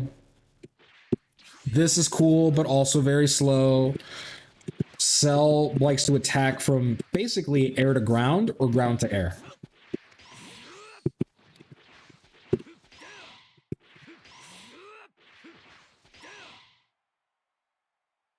And then there's Krillin. This does not reach as far as people think it does.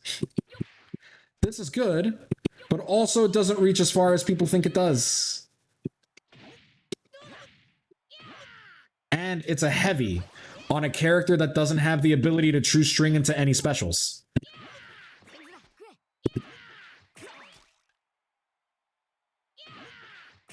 See?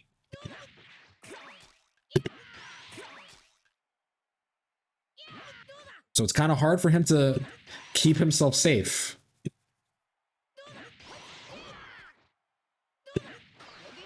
Yeah, he could do that, which is cool. But again, -2, he can dash block, which is pretty neat. But because his reach is so small, opponents can fuzzy jump him, and then he has to try to win neutral all over again. He has to call a beam, which admittedly is nice. This is a very fast beam. Well, never mind. He's got this, but he doesn't really control a whole lot. Now, the advantage of him is doing shit like this is very annoying. Because this is basically random Maai. This gets to just deal with everything that he wants to deal with for no reason. However, do I think that this character is stable enough to build a game plan? And do I think he has good Maai? No. I think in a game full of Katana and Uchi Katana or Tachi or even Yari spears, he's kind of like a Tanto, which is a dagger. He is a very, very, very small button. Very small button.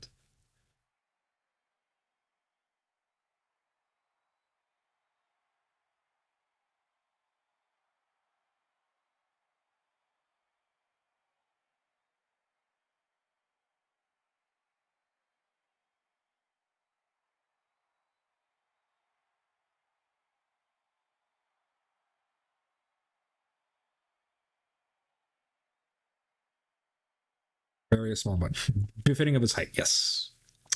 I wouldn't be caught dead playing Krillin. The biggest issue is that he lacks proper control that isn't a giant commitment. Because here's the thing, right? The other added part of Maai that's kind of implied. Recovery is also a thing. So this on whiff is death. You want to be very, very, very, very, very careful with this. But these are the characters that basically have an issue. But Krillin is where we start getting interesting, where he has another problem with Maai. This time, Maai and pressure. We haven't talked about how Maai affects pressure, but this is a problem.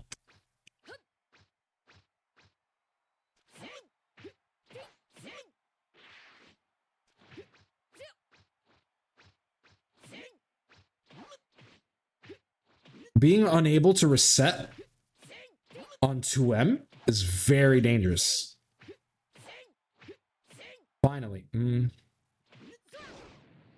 It can be very hard to know exactly what he's going to do, as well as the fact that his small, like, air buttons kind of are weird, you know?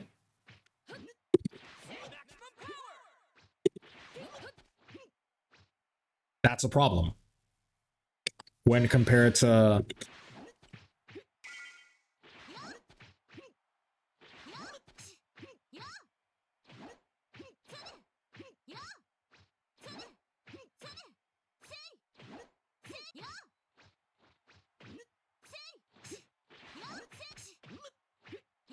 yeah, see?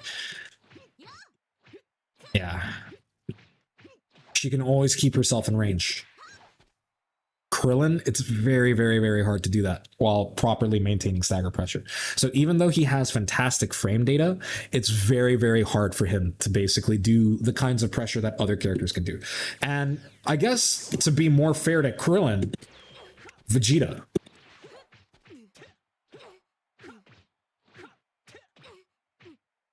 Vegeta can do it too. Oops.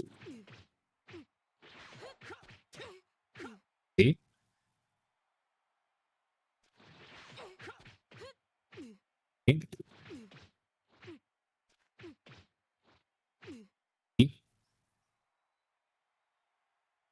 This makes him very effective. Another issue with Krillin is that Krillin doesn't really have a safe reset point that is an interaction. For example, Vegeta can... So basically, he can play around an opponent's reflect or super dash. See? Krillin has ways to, Vegeta has ways to route his pressure in order to incentivize and disincentivize certain actions from his opponent. Krillin really doesn't. Like, Krillin has some things that he can do. A lot of people are probably thinking that I'm saying he has no mix-ups. Yes, he does. And a lot of his stuff is quite interesting. Like, I'm not gonna lie. There are things that I like about his pressure. You know? Like, I think this is... I think, nope. That's kind of sick, you know? Like, I actually like this idea a lot. You know? Like, that's pretty cool. But this kind of sucks.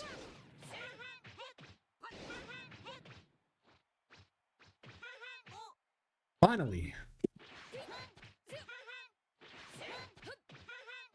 Okay, so he can do this. Very nice. I was worried. But he will eventually space himself out, which can be a bit of an issue. And then people are like, yeah, but then he spaces out his 2M and then it's 0 on block or whatever. Yes. But his Ki Blast is also slow. I'm like almost 100% sure that doesn't true string. Or maybe it does. I could be wrong. No, it doesn't. Okay, that does. Okay. So, yeah, his just got a very weird... Like, the way I feel is that even when the things work, the fact that I got them so often to not work makes me very nervous. You know what I'm saying? It makes me very nervous to play him. Because it makes me feel like I will never know when things decide to fail me. It doesn't feel very stable or consistent. But, you know, you can make them work. So, no Krillin slander here. All right, last 3 characters, and then I think we can wrap it up. If you guys have any questions that you would like to ask me, please do so. If you would like to continue to ask me questions, you guys can do so in the Discord. In order to get access to the Discord, guys, you can subscribe. It is a little bit off. Like, I think there's like a 25% off because of September. So if you guys want to subscribe and gain access to the Discord so that way you can talk to me and Star, you guys can do that now. And I might as well shill now. But guys, you're probably not going to hear from me for a little while. Star is going to be doing a lot of the streams. If you guys are used to my streams on Monday, Tuesdays, and Wednesdays, unfortunately, I'm probably not going to stream. It's going to be Star. So you will still get your WTG content. However, it will probably be a lot earlier than you're used to. It will probably be at 2:30 Central Standard Time, 3:30 Eastern Standard Time. So, you know, guys, go show him some love. He really does care about you guys, and he would like to spend time with you guys for sure. For me personally, I'm taking a mental health break. For those of you that probably have been following, you know, full disclosure, I'm really not feeling well. I've been kind of, you know, trying to get some help, you know, doing my thing, and I'm definitely on the path to recovery. So please don't worry about me. However, you know, I am losing out on a lot of work because I just really need out a mental break. So if you guys would like to donate in order to basically support me, even though I'm not going to be around that much, you guys don't have to. But if you do that, you guys would seriously be some of the nicest people that I know. I really appreciate any help that comes my way, so that way I can take this time to myself and just really relax and try to get my head on right, so that way I could be a more wholesome and more effective teacher for you guys. Teen Gohan 18. Okay, I'll do 18. Teen Gohan, Videl, Z Broly. I feel like Z Broly is pretty obvious, no?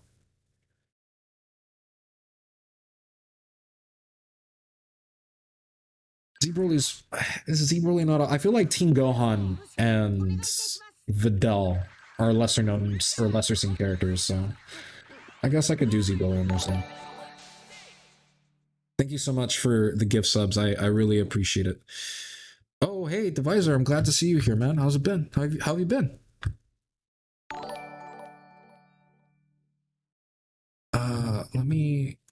I'm gonna go ahead and whisper you guys. Make sure that your whispers are on. And, you know, that way I can send you guys the invite. Let me go ahead and get you the invite if you want to come in. Reapzer, quick whisper. There you go. Once you guys come in, you probably won't see a whole lot.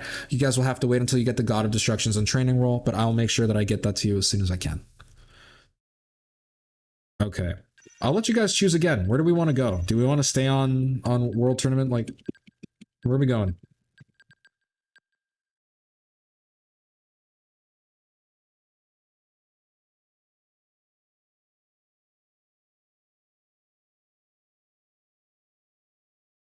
space. Okay. Do we have any extras for space? Any extra mentions? I like space. Okay. We'll do space.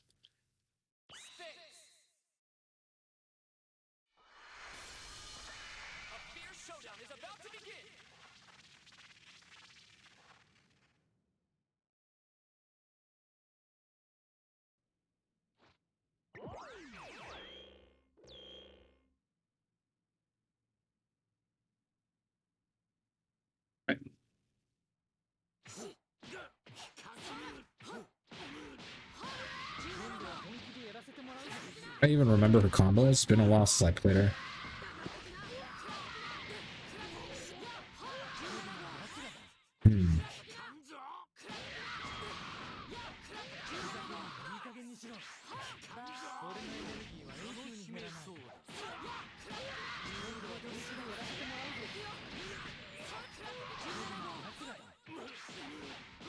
Let's see.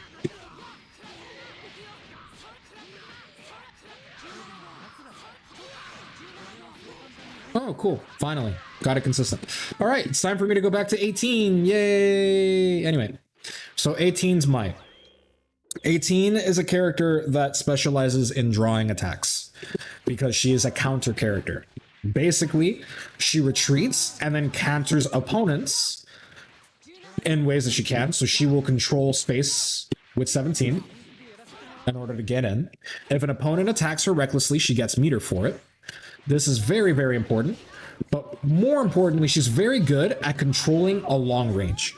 She's one of the few true long range specialists because she can basically control ranges on her own by stopping and disincentivizing opponents' attacks and approaches. Now, because of the newest season, she actually has a pretty far-reaching 5M, which I like. It's a very good button. But basically, your goal is to basically try to slip in and out of your opponent's range, counterattack with 5M, or have them fall into a trap with barrier and then catch them trying to get away.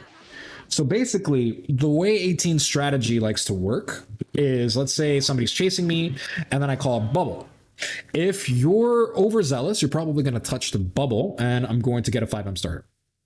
If you don't touch the bubble and try to retreat instead because you realize that you're in range, she's going to 5S you back. And she's going to make sure that she follows you out with key blasts as you lose tempo.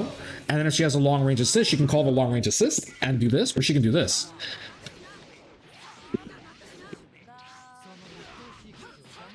See? Little something to keep in mind. She's otherwise not a very sophisticated character. She's actually pretty straightforward. However, because she likes to play Maai at such dangerous ranges, it is heavily recommended that you are really good at the game, or at the very least very practiced at this concept before you can fully take advantage of her. Teen Gohan. Teen Gohan's threats are not exactly how he can approach you, but how he can get you to approach him. So Teen Gohan, very effective. He's very good at intercepting the opponent.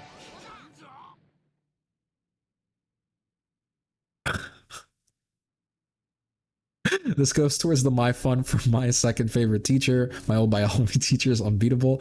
The last Maai, this is the last Maai pun. I apologize for my behavior. Can I get a Maai in the chat? Can we get a Maai in the chat? Thank you so much, Torg. Like, honestly, I meant it. I'm actually sensitive enough that I might cry. Like, I really appreciate, and even though you troll me, I want you to know that I really do appreciate your presence here. Like, thank you so much, Torg. Like, I really appreciate you. Also, it was sent in dollars instead of euros. Crazy.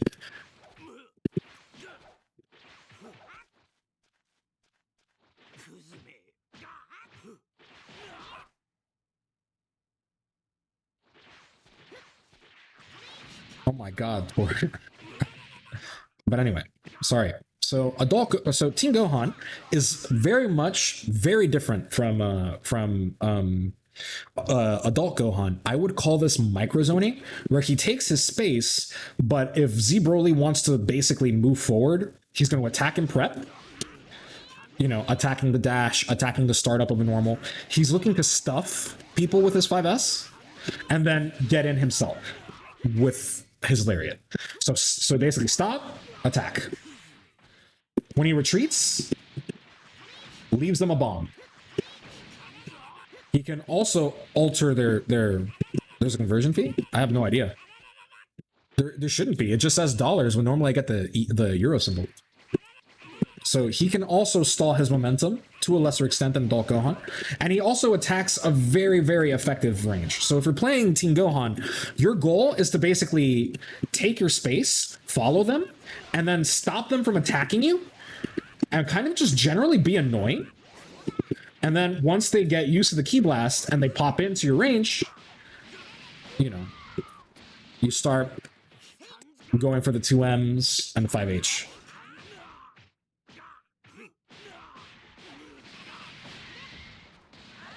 There you go. That is how Gohan approaches money. He does have some issues though, in pressure particularly, because his 5L is very good, but his 5M is a little bit stubby.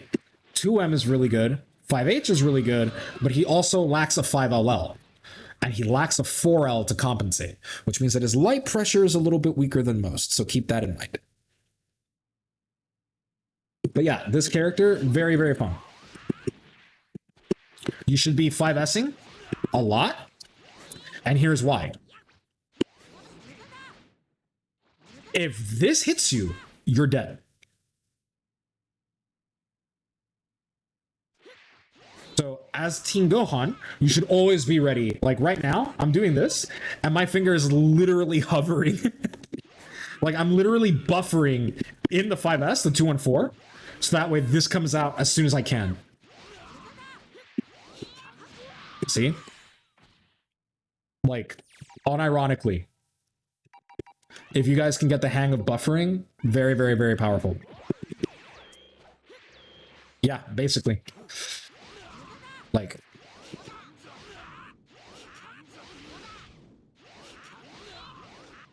See? Let me turn on my command history. Oops. See? See? Yeah, essentially. Bold of you to assume you have Tohan TODs. You should. If you play Tohan, you should have your Tohan TODs on fleek. If you don't have a Team Gohan TOD, tag Jack and see if he'll help you out with that. This can work too. Kind of. Because if you're not careful, you do get 2S. Team Gohan does not have a 214S. On purpose. It's to make buffering this easier. Yeah, I might blow your mind. Why do you think SSJ Vegeta doesn't have a 214S either?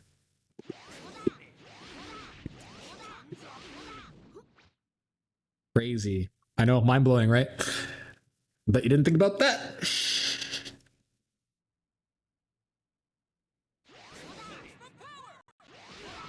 But if I do this, I might do this, right?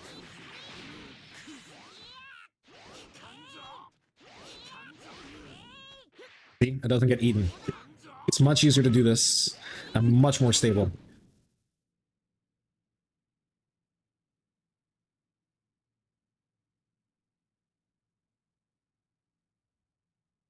Buff Goku Black Bomb by letting him hit confirm of sparking. Oh, thank you. Another Maai. Thank you so much for the donation. I really appreciate you guys. And also be nice to Star. You know, Star is taking over for me. I'm still going to do the master classes. There will still be another class on Monday, next Monday, if I'm feeling up for it. If not, you guys will know on Twitter. I'll let you guys know. And on Saturday, I will still be doing top 8, and it will be a very fun event. So please join us for that. But I appreciate you guys helping me out, and I appreciate you guys sticking by with me, even though I know I can be an asshole, and it is rather difficult.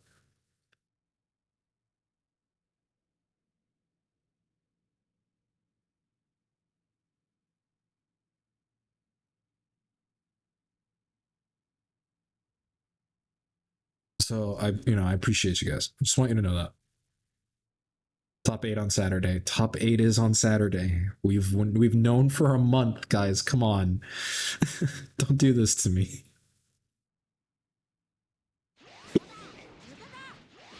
That's fine. Everyone's busy. If you got something to do, it happens.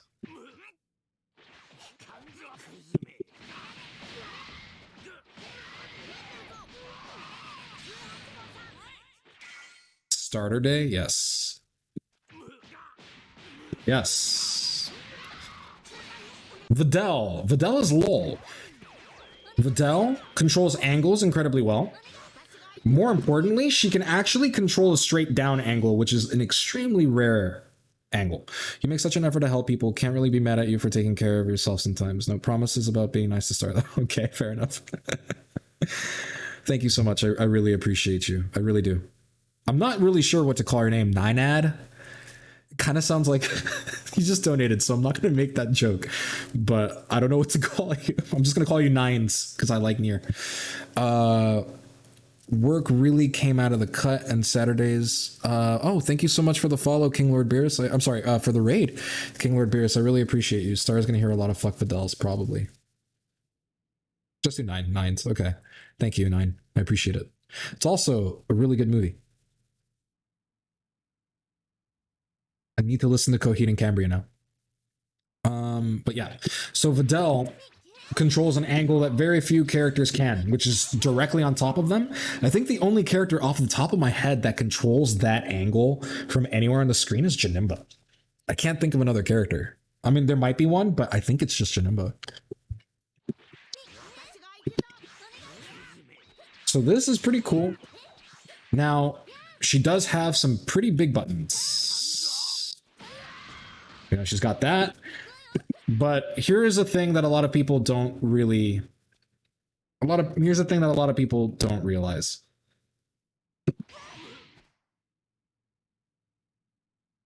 Yeah.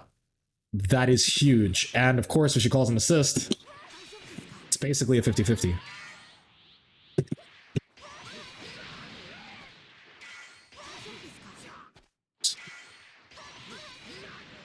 Yeah.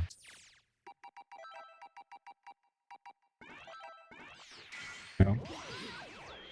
This controls a lot of space. Coheed and Cambria is fantastic. Their newest album is like fucking sick, Saber. I recommend it. Like, Unheavenly Creatures is OD. So yeah, she's got pretty big buttons. She reaches very far. Not as far as other characters. It's been a while. I'm not used to her buttons anymore. But this is stupid. This is stupid. This is stupid. Everything she does is stupid. So basically, the way she works is she is going to do everything she can to get into the opponent's range and threaten them from any distance. So if they run away from her, this is supposed to catch them. If you try to keep her out with Ki Blasts, she's going to do this. If you're going to try to approach her or zone her, no.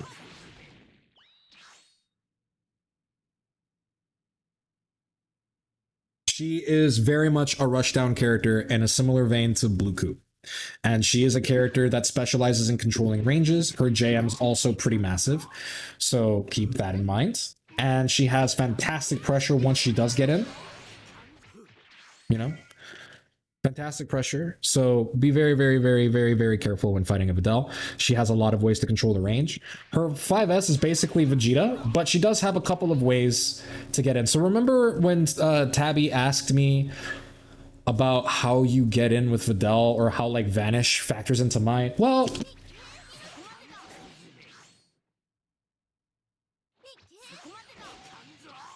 yeah. She's one of the few characters where it is a legitimate neutral strat. And a mix-up.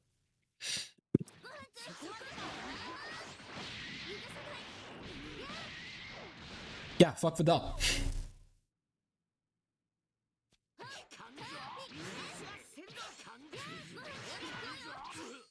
So basically everything Videl does triggers PTSD. Yeah, basically.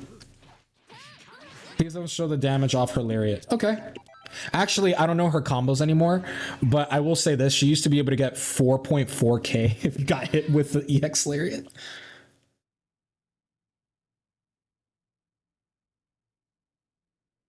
So definitely keep that in mind. As far as Z Broly goes, I mean, really, guys? Really? You wanted to know this character?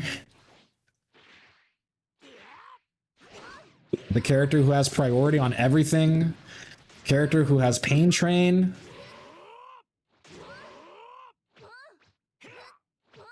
That's funny.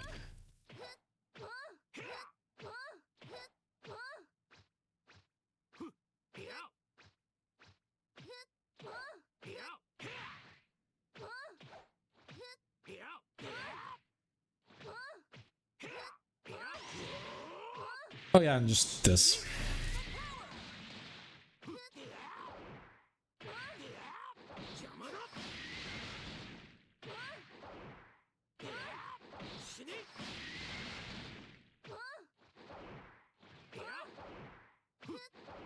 Can't really tick throw. Has to. God, imagine if Broly players had rhythm.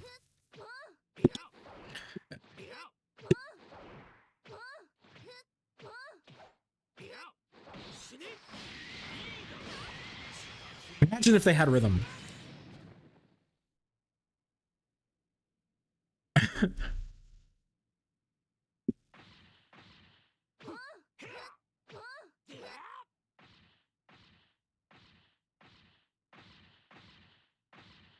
I like that. That's a neat detail. I like that his back footsteps are so light. Like, it's like, shh, we're just gonna back away slowly. We're not gonna worry about it, okay? If we just back away from her very slowly, she won't notice us. Like, I don't know what it is. There's just something about the fact that his back steps are like at whisper volume. This is very funny for me. I mean, it's so stupid, right?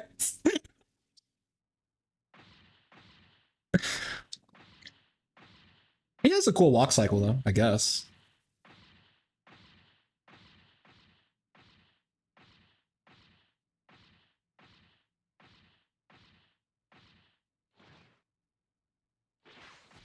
His forward walk is pretty quiet, too. It's actually not as quiet as his back walk, though. Does Cooler have a weird... Yeah, Cooler has a unique sound effect. Oh, Cooler's is also quieter as well when he backsteps. Crazy.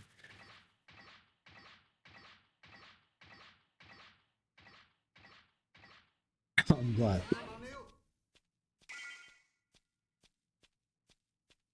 I think this is just a normal... I think that's just a normal sound. Yeah. I do... Vidal's walk back cycle is actually pretty cool. Yeah, I like the hops that she does. Like, that's actually cool. I kind of want to do an attention. Maybe I should grab Kona and we'll do an attention to detail. Who has the coolest fucking walk cycle? That'd be a fun stream. Yeah, she shimmies. Ting Gohan's probably lame. Yeah, Ting Gohan's is lame.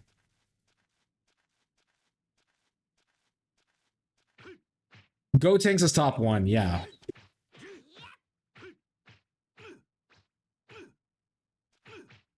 Her forward walk is kind of like a fencer's advance. Oh, 18s? Yeah.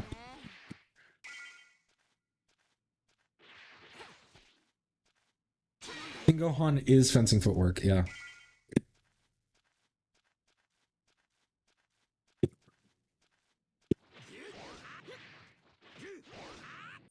Great, now I want to see, now I'm distracted. You've activated my ADHD brain, which I don't even have, but now I do. Because now I just want to see people's walk cycles. Let's see, who would have a very funny walk cycle? I need to see if Cell's is accurate. I'm actually not sure if it is. Where's Cell? Okay, cool. Cell. Who else do you guys want to see? Just to wrap this up, who has a cool, whose walk cycle do you want to see, guys? Who's a character that we see a lot, but we don't really see his walk cycle too often?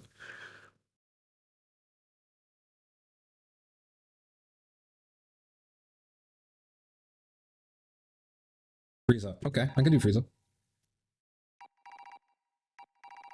Zamasu has a really cool one, actually. I'm not gonna lie, for those of you that don't know, Zamasu's walk cycle is fucking sick. Like, it's really, really cool.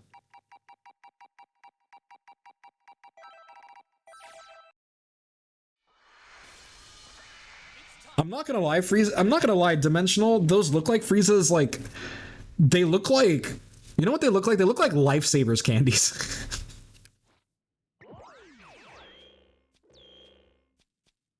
Oh, that's a problem. So, fun fact: Cell's walk cycle is actually not accurate. That's annoying. Cell doesn't have an accurate walk cycle. That's stupid because he has like that weird door hinging sound when he walks in the anime.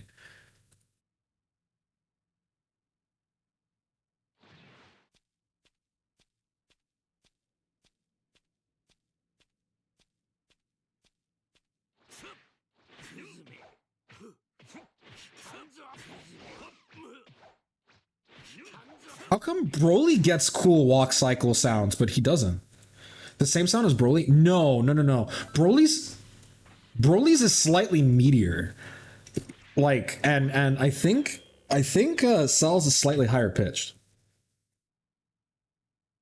Arxis, fix that. Buff Cell. Buff Cell's walk cycle. Guys, go on Twitter. Hashtag Buff Cell's walk cycle. This is the coolest walk cycle in the game. I'm sorry. This is sick. I don't know why I like this. He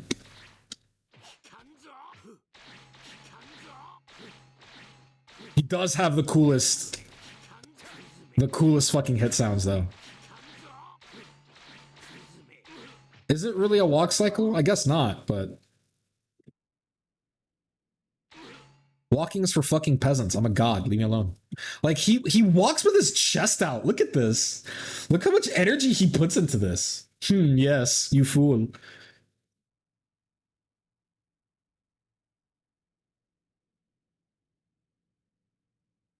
Also, I really love the animation, the wind animation on his, like, I kind of want to call it jiggle physics on his shoulder pads because it's kind of reminiscent of that kind of jiggle physics. But I really, really like this. I like how there's wind in space, by the way.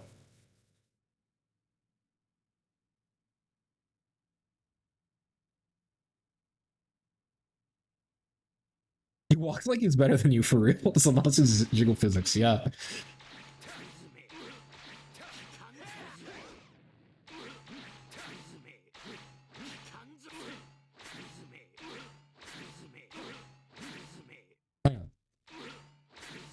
But here's the thing about that I don't like about Zamasu sounds.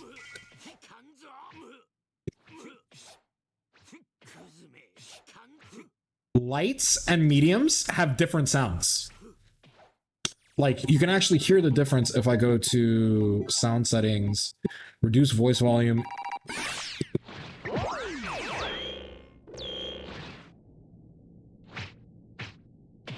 See? See?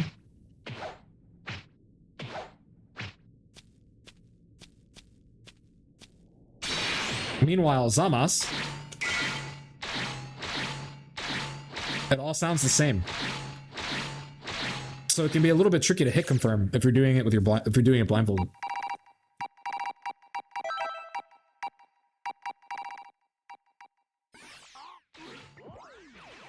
Is this how you practice confirming off sound effects with your eyes closed? Yes, actually.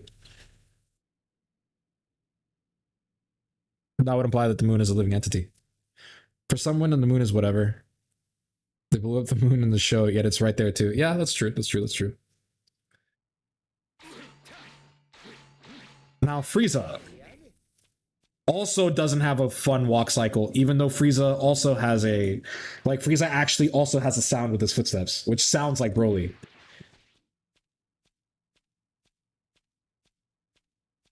God, he looks like... You know what he looks like? You know... You know what he looks like? Okay, I'm gonna say this, and this is gonna be like a highly specific thing.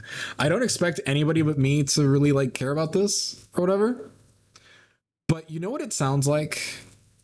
Okay.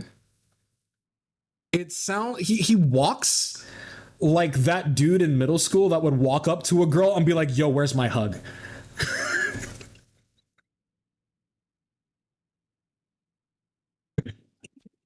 Hey, we're where's my hug?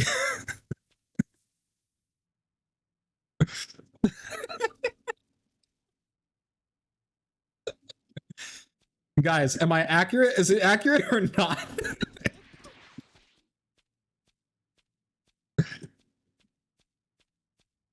Why is his backstep so much faster than every other character's?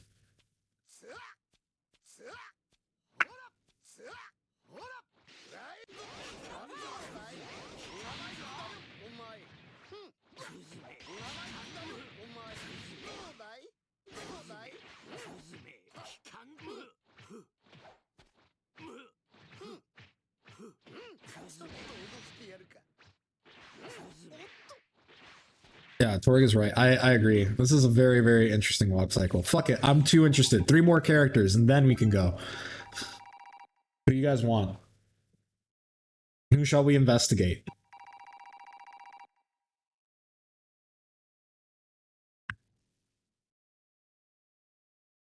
It's kind of super fun. It really is, actually. Laugh at baby's hideous. Oh, no. Okay, I'll do baby. Nap. Hit? Yeah, we can do hit. Hit's cool.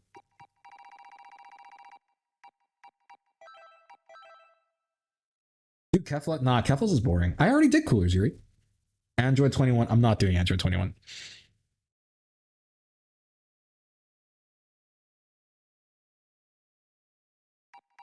People who want Android 21 only want one thing, and it's disgusting.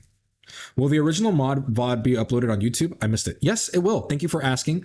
It should be uploaded to YouTube in the next 2 days. If not, make sure to tune in tomorrow and ask Star. He's actually the one that uploads that stuff. Kibu. I could do Kibu. These are fun walk cycles, I think. Anytime. Just keep an eye on YouTube, and I'll make an announcement on Twitter. So if you want, you can follow me on Twitter at Weiss_training, and I'll announce when it's up, and I'll share the video link. Oh my god. Oh my god. Oh my god! This is like a dog go takes, but worse.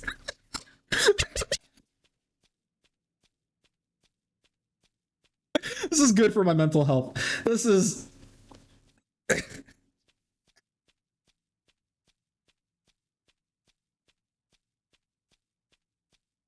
No, he walks like he's going to give you a hug whether you want it or not. When he walks back though, it looks like a fitness, like an 80s fitness instructor. 1 and 2 and 1 and 2 and 1 and 2 and 1 and 2. There you go. It looks like I'm watching a 90s infomercial for like a fucking like what was that thing? Taibo or whatever the fuck it's called. He walks like he's about to beat ass but doesn't know how to fight. I like how he walks like this, but then that's his jab. Like this is the weakest looking jab, right?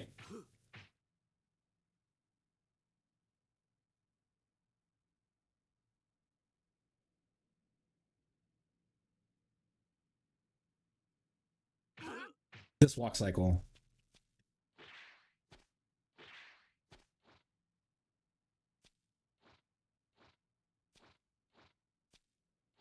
Did someone recently get a Discord link? Yeah, I should have.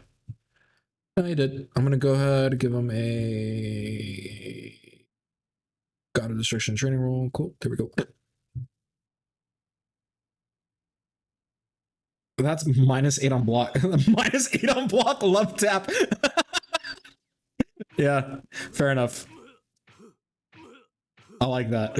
I like that a lot. That's not a punch, right? Like, if you want to see a punch, like, just comparing this to, like, UI is just hysterical.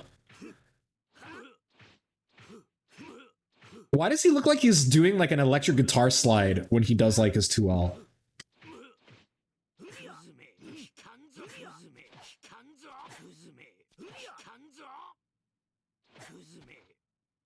This character is not very good looking. I mean, his animation's fine, but I just don't like the way this character looks. One thing that I do like also is the lighting effects, because if they don't explode, he's completely bathed in pink, but if they do explode, he gets dyed yellow, which is really cool.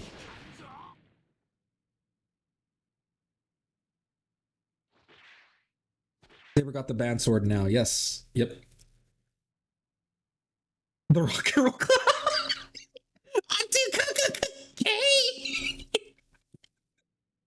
Oh, damn. It looks like he's taking a piece of lint off of you, right?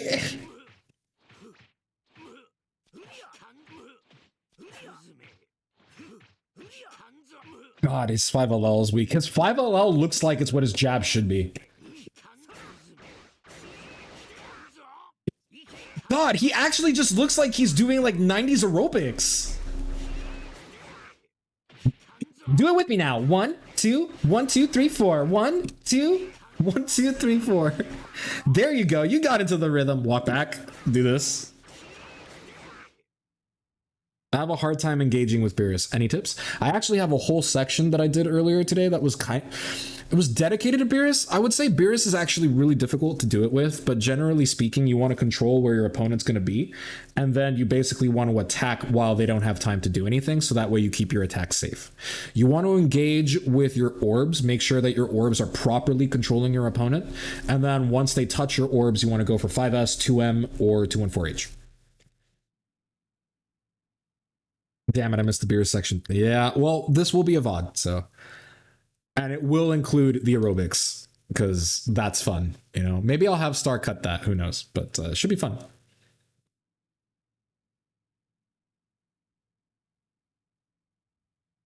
Maybe is the most fit DBFZ character. Okay, Hit.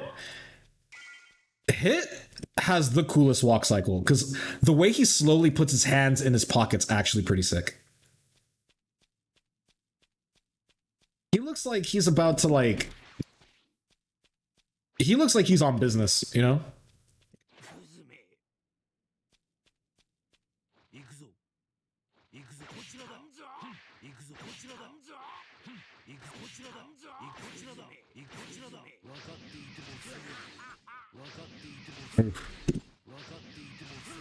That's like a car cancel.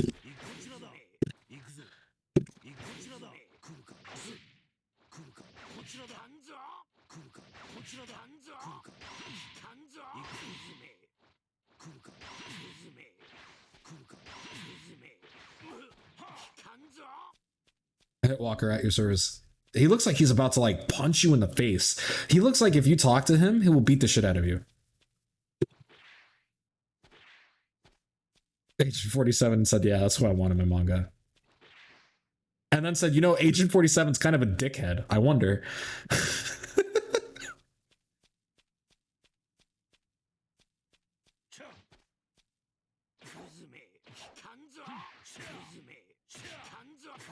These buttons are fucking disgusting. Why is this -2?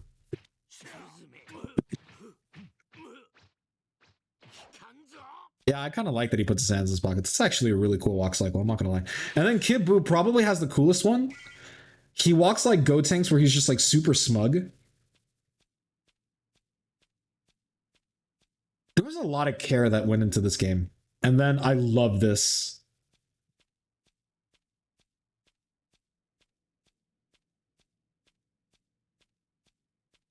Like the taunt, I love it. Like it was actually so cool watching like people bait guard cancel because they pressure and then they just do this and then 2H. It was really cool.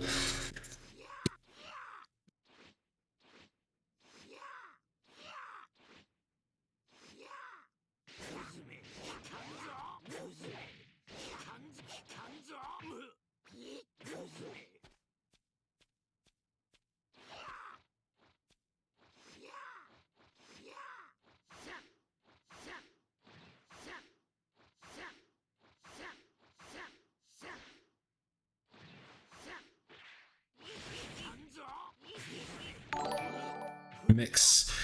Saber, you didn't have to do that, man. Thanks. Ay. I never know when it's my turn against Hit, especially when I played Rag. You know what? Actually, if Neo Judai is interested, I would love to make a Hit guide and also a Hit counterplay guide. Because I feel like this character gets away with too much robbery. Neo Judai, if you're here, would you do that? Is that something you'd be interested in doing? I don't think he's here. Or there. I'm not sure of their pronouns. I should probably double check. I'm just going to default to they for now.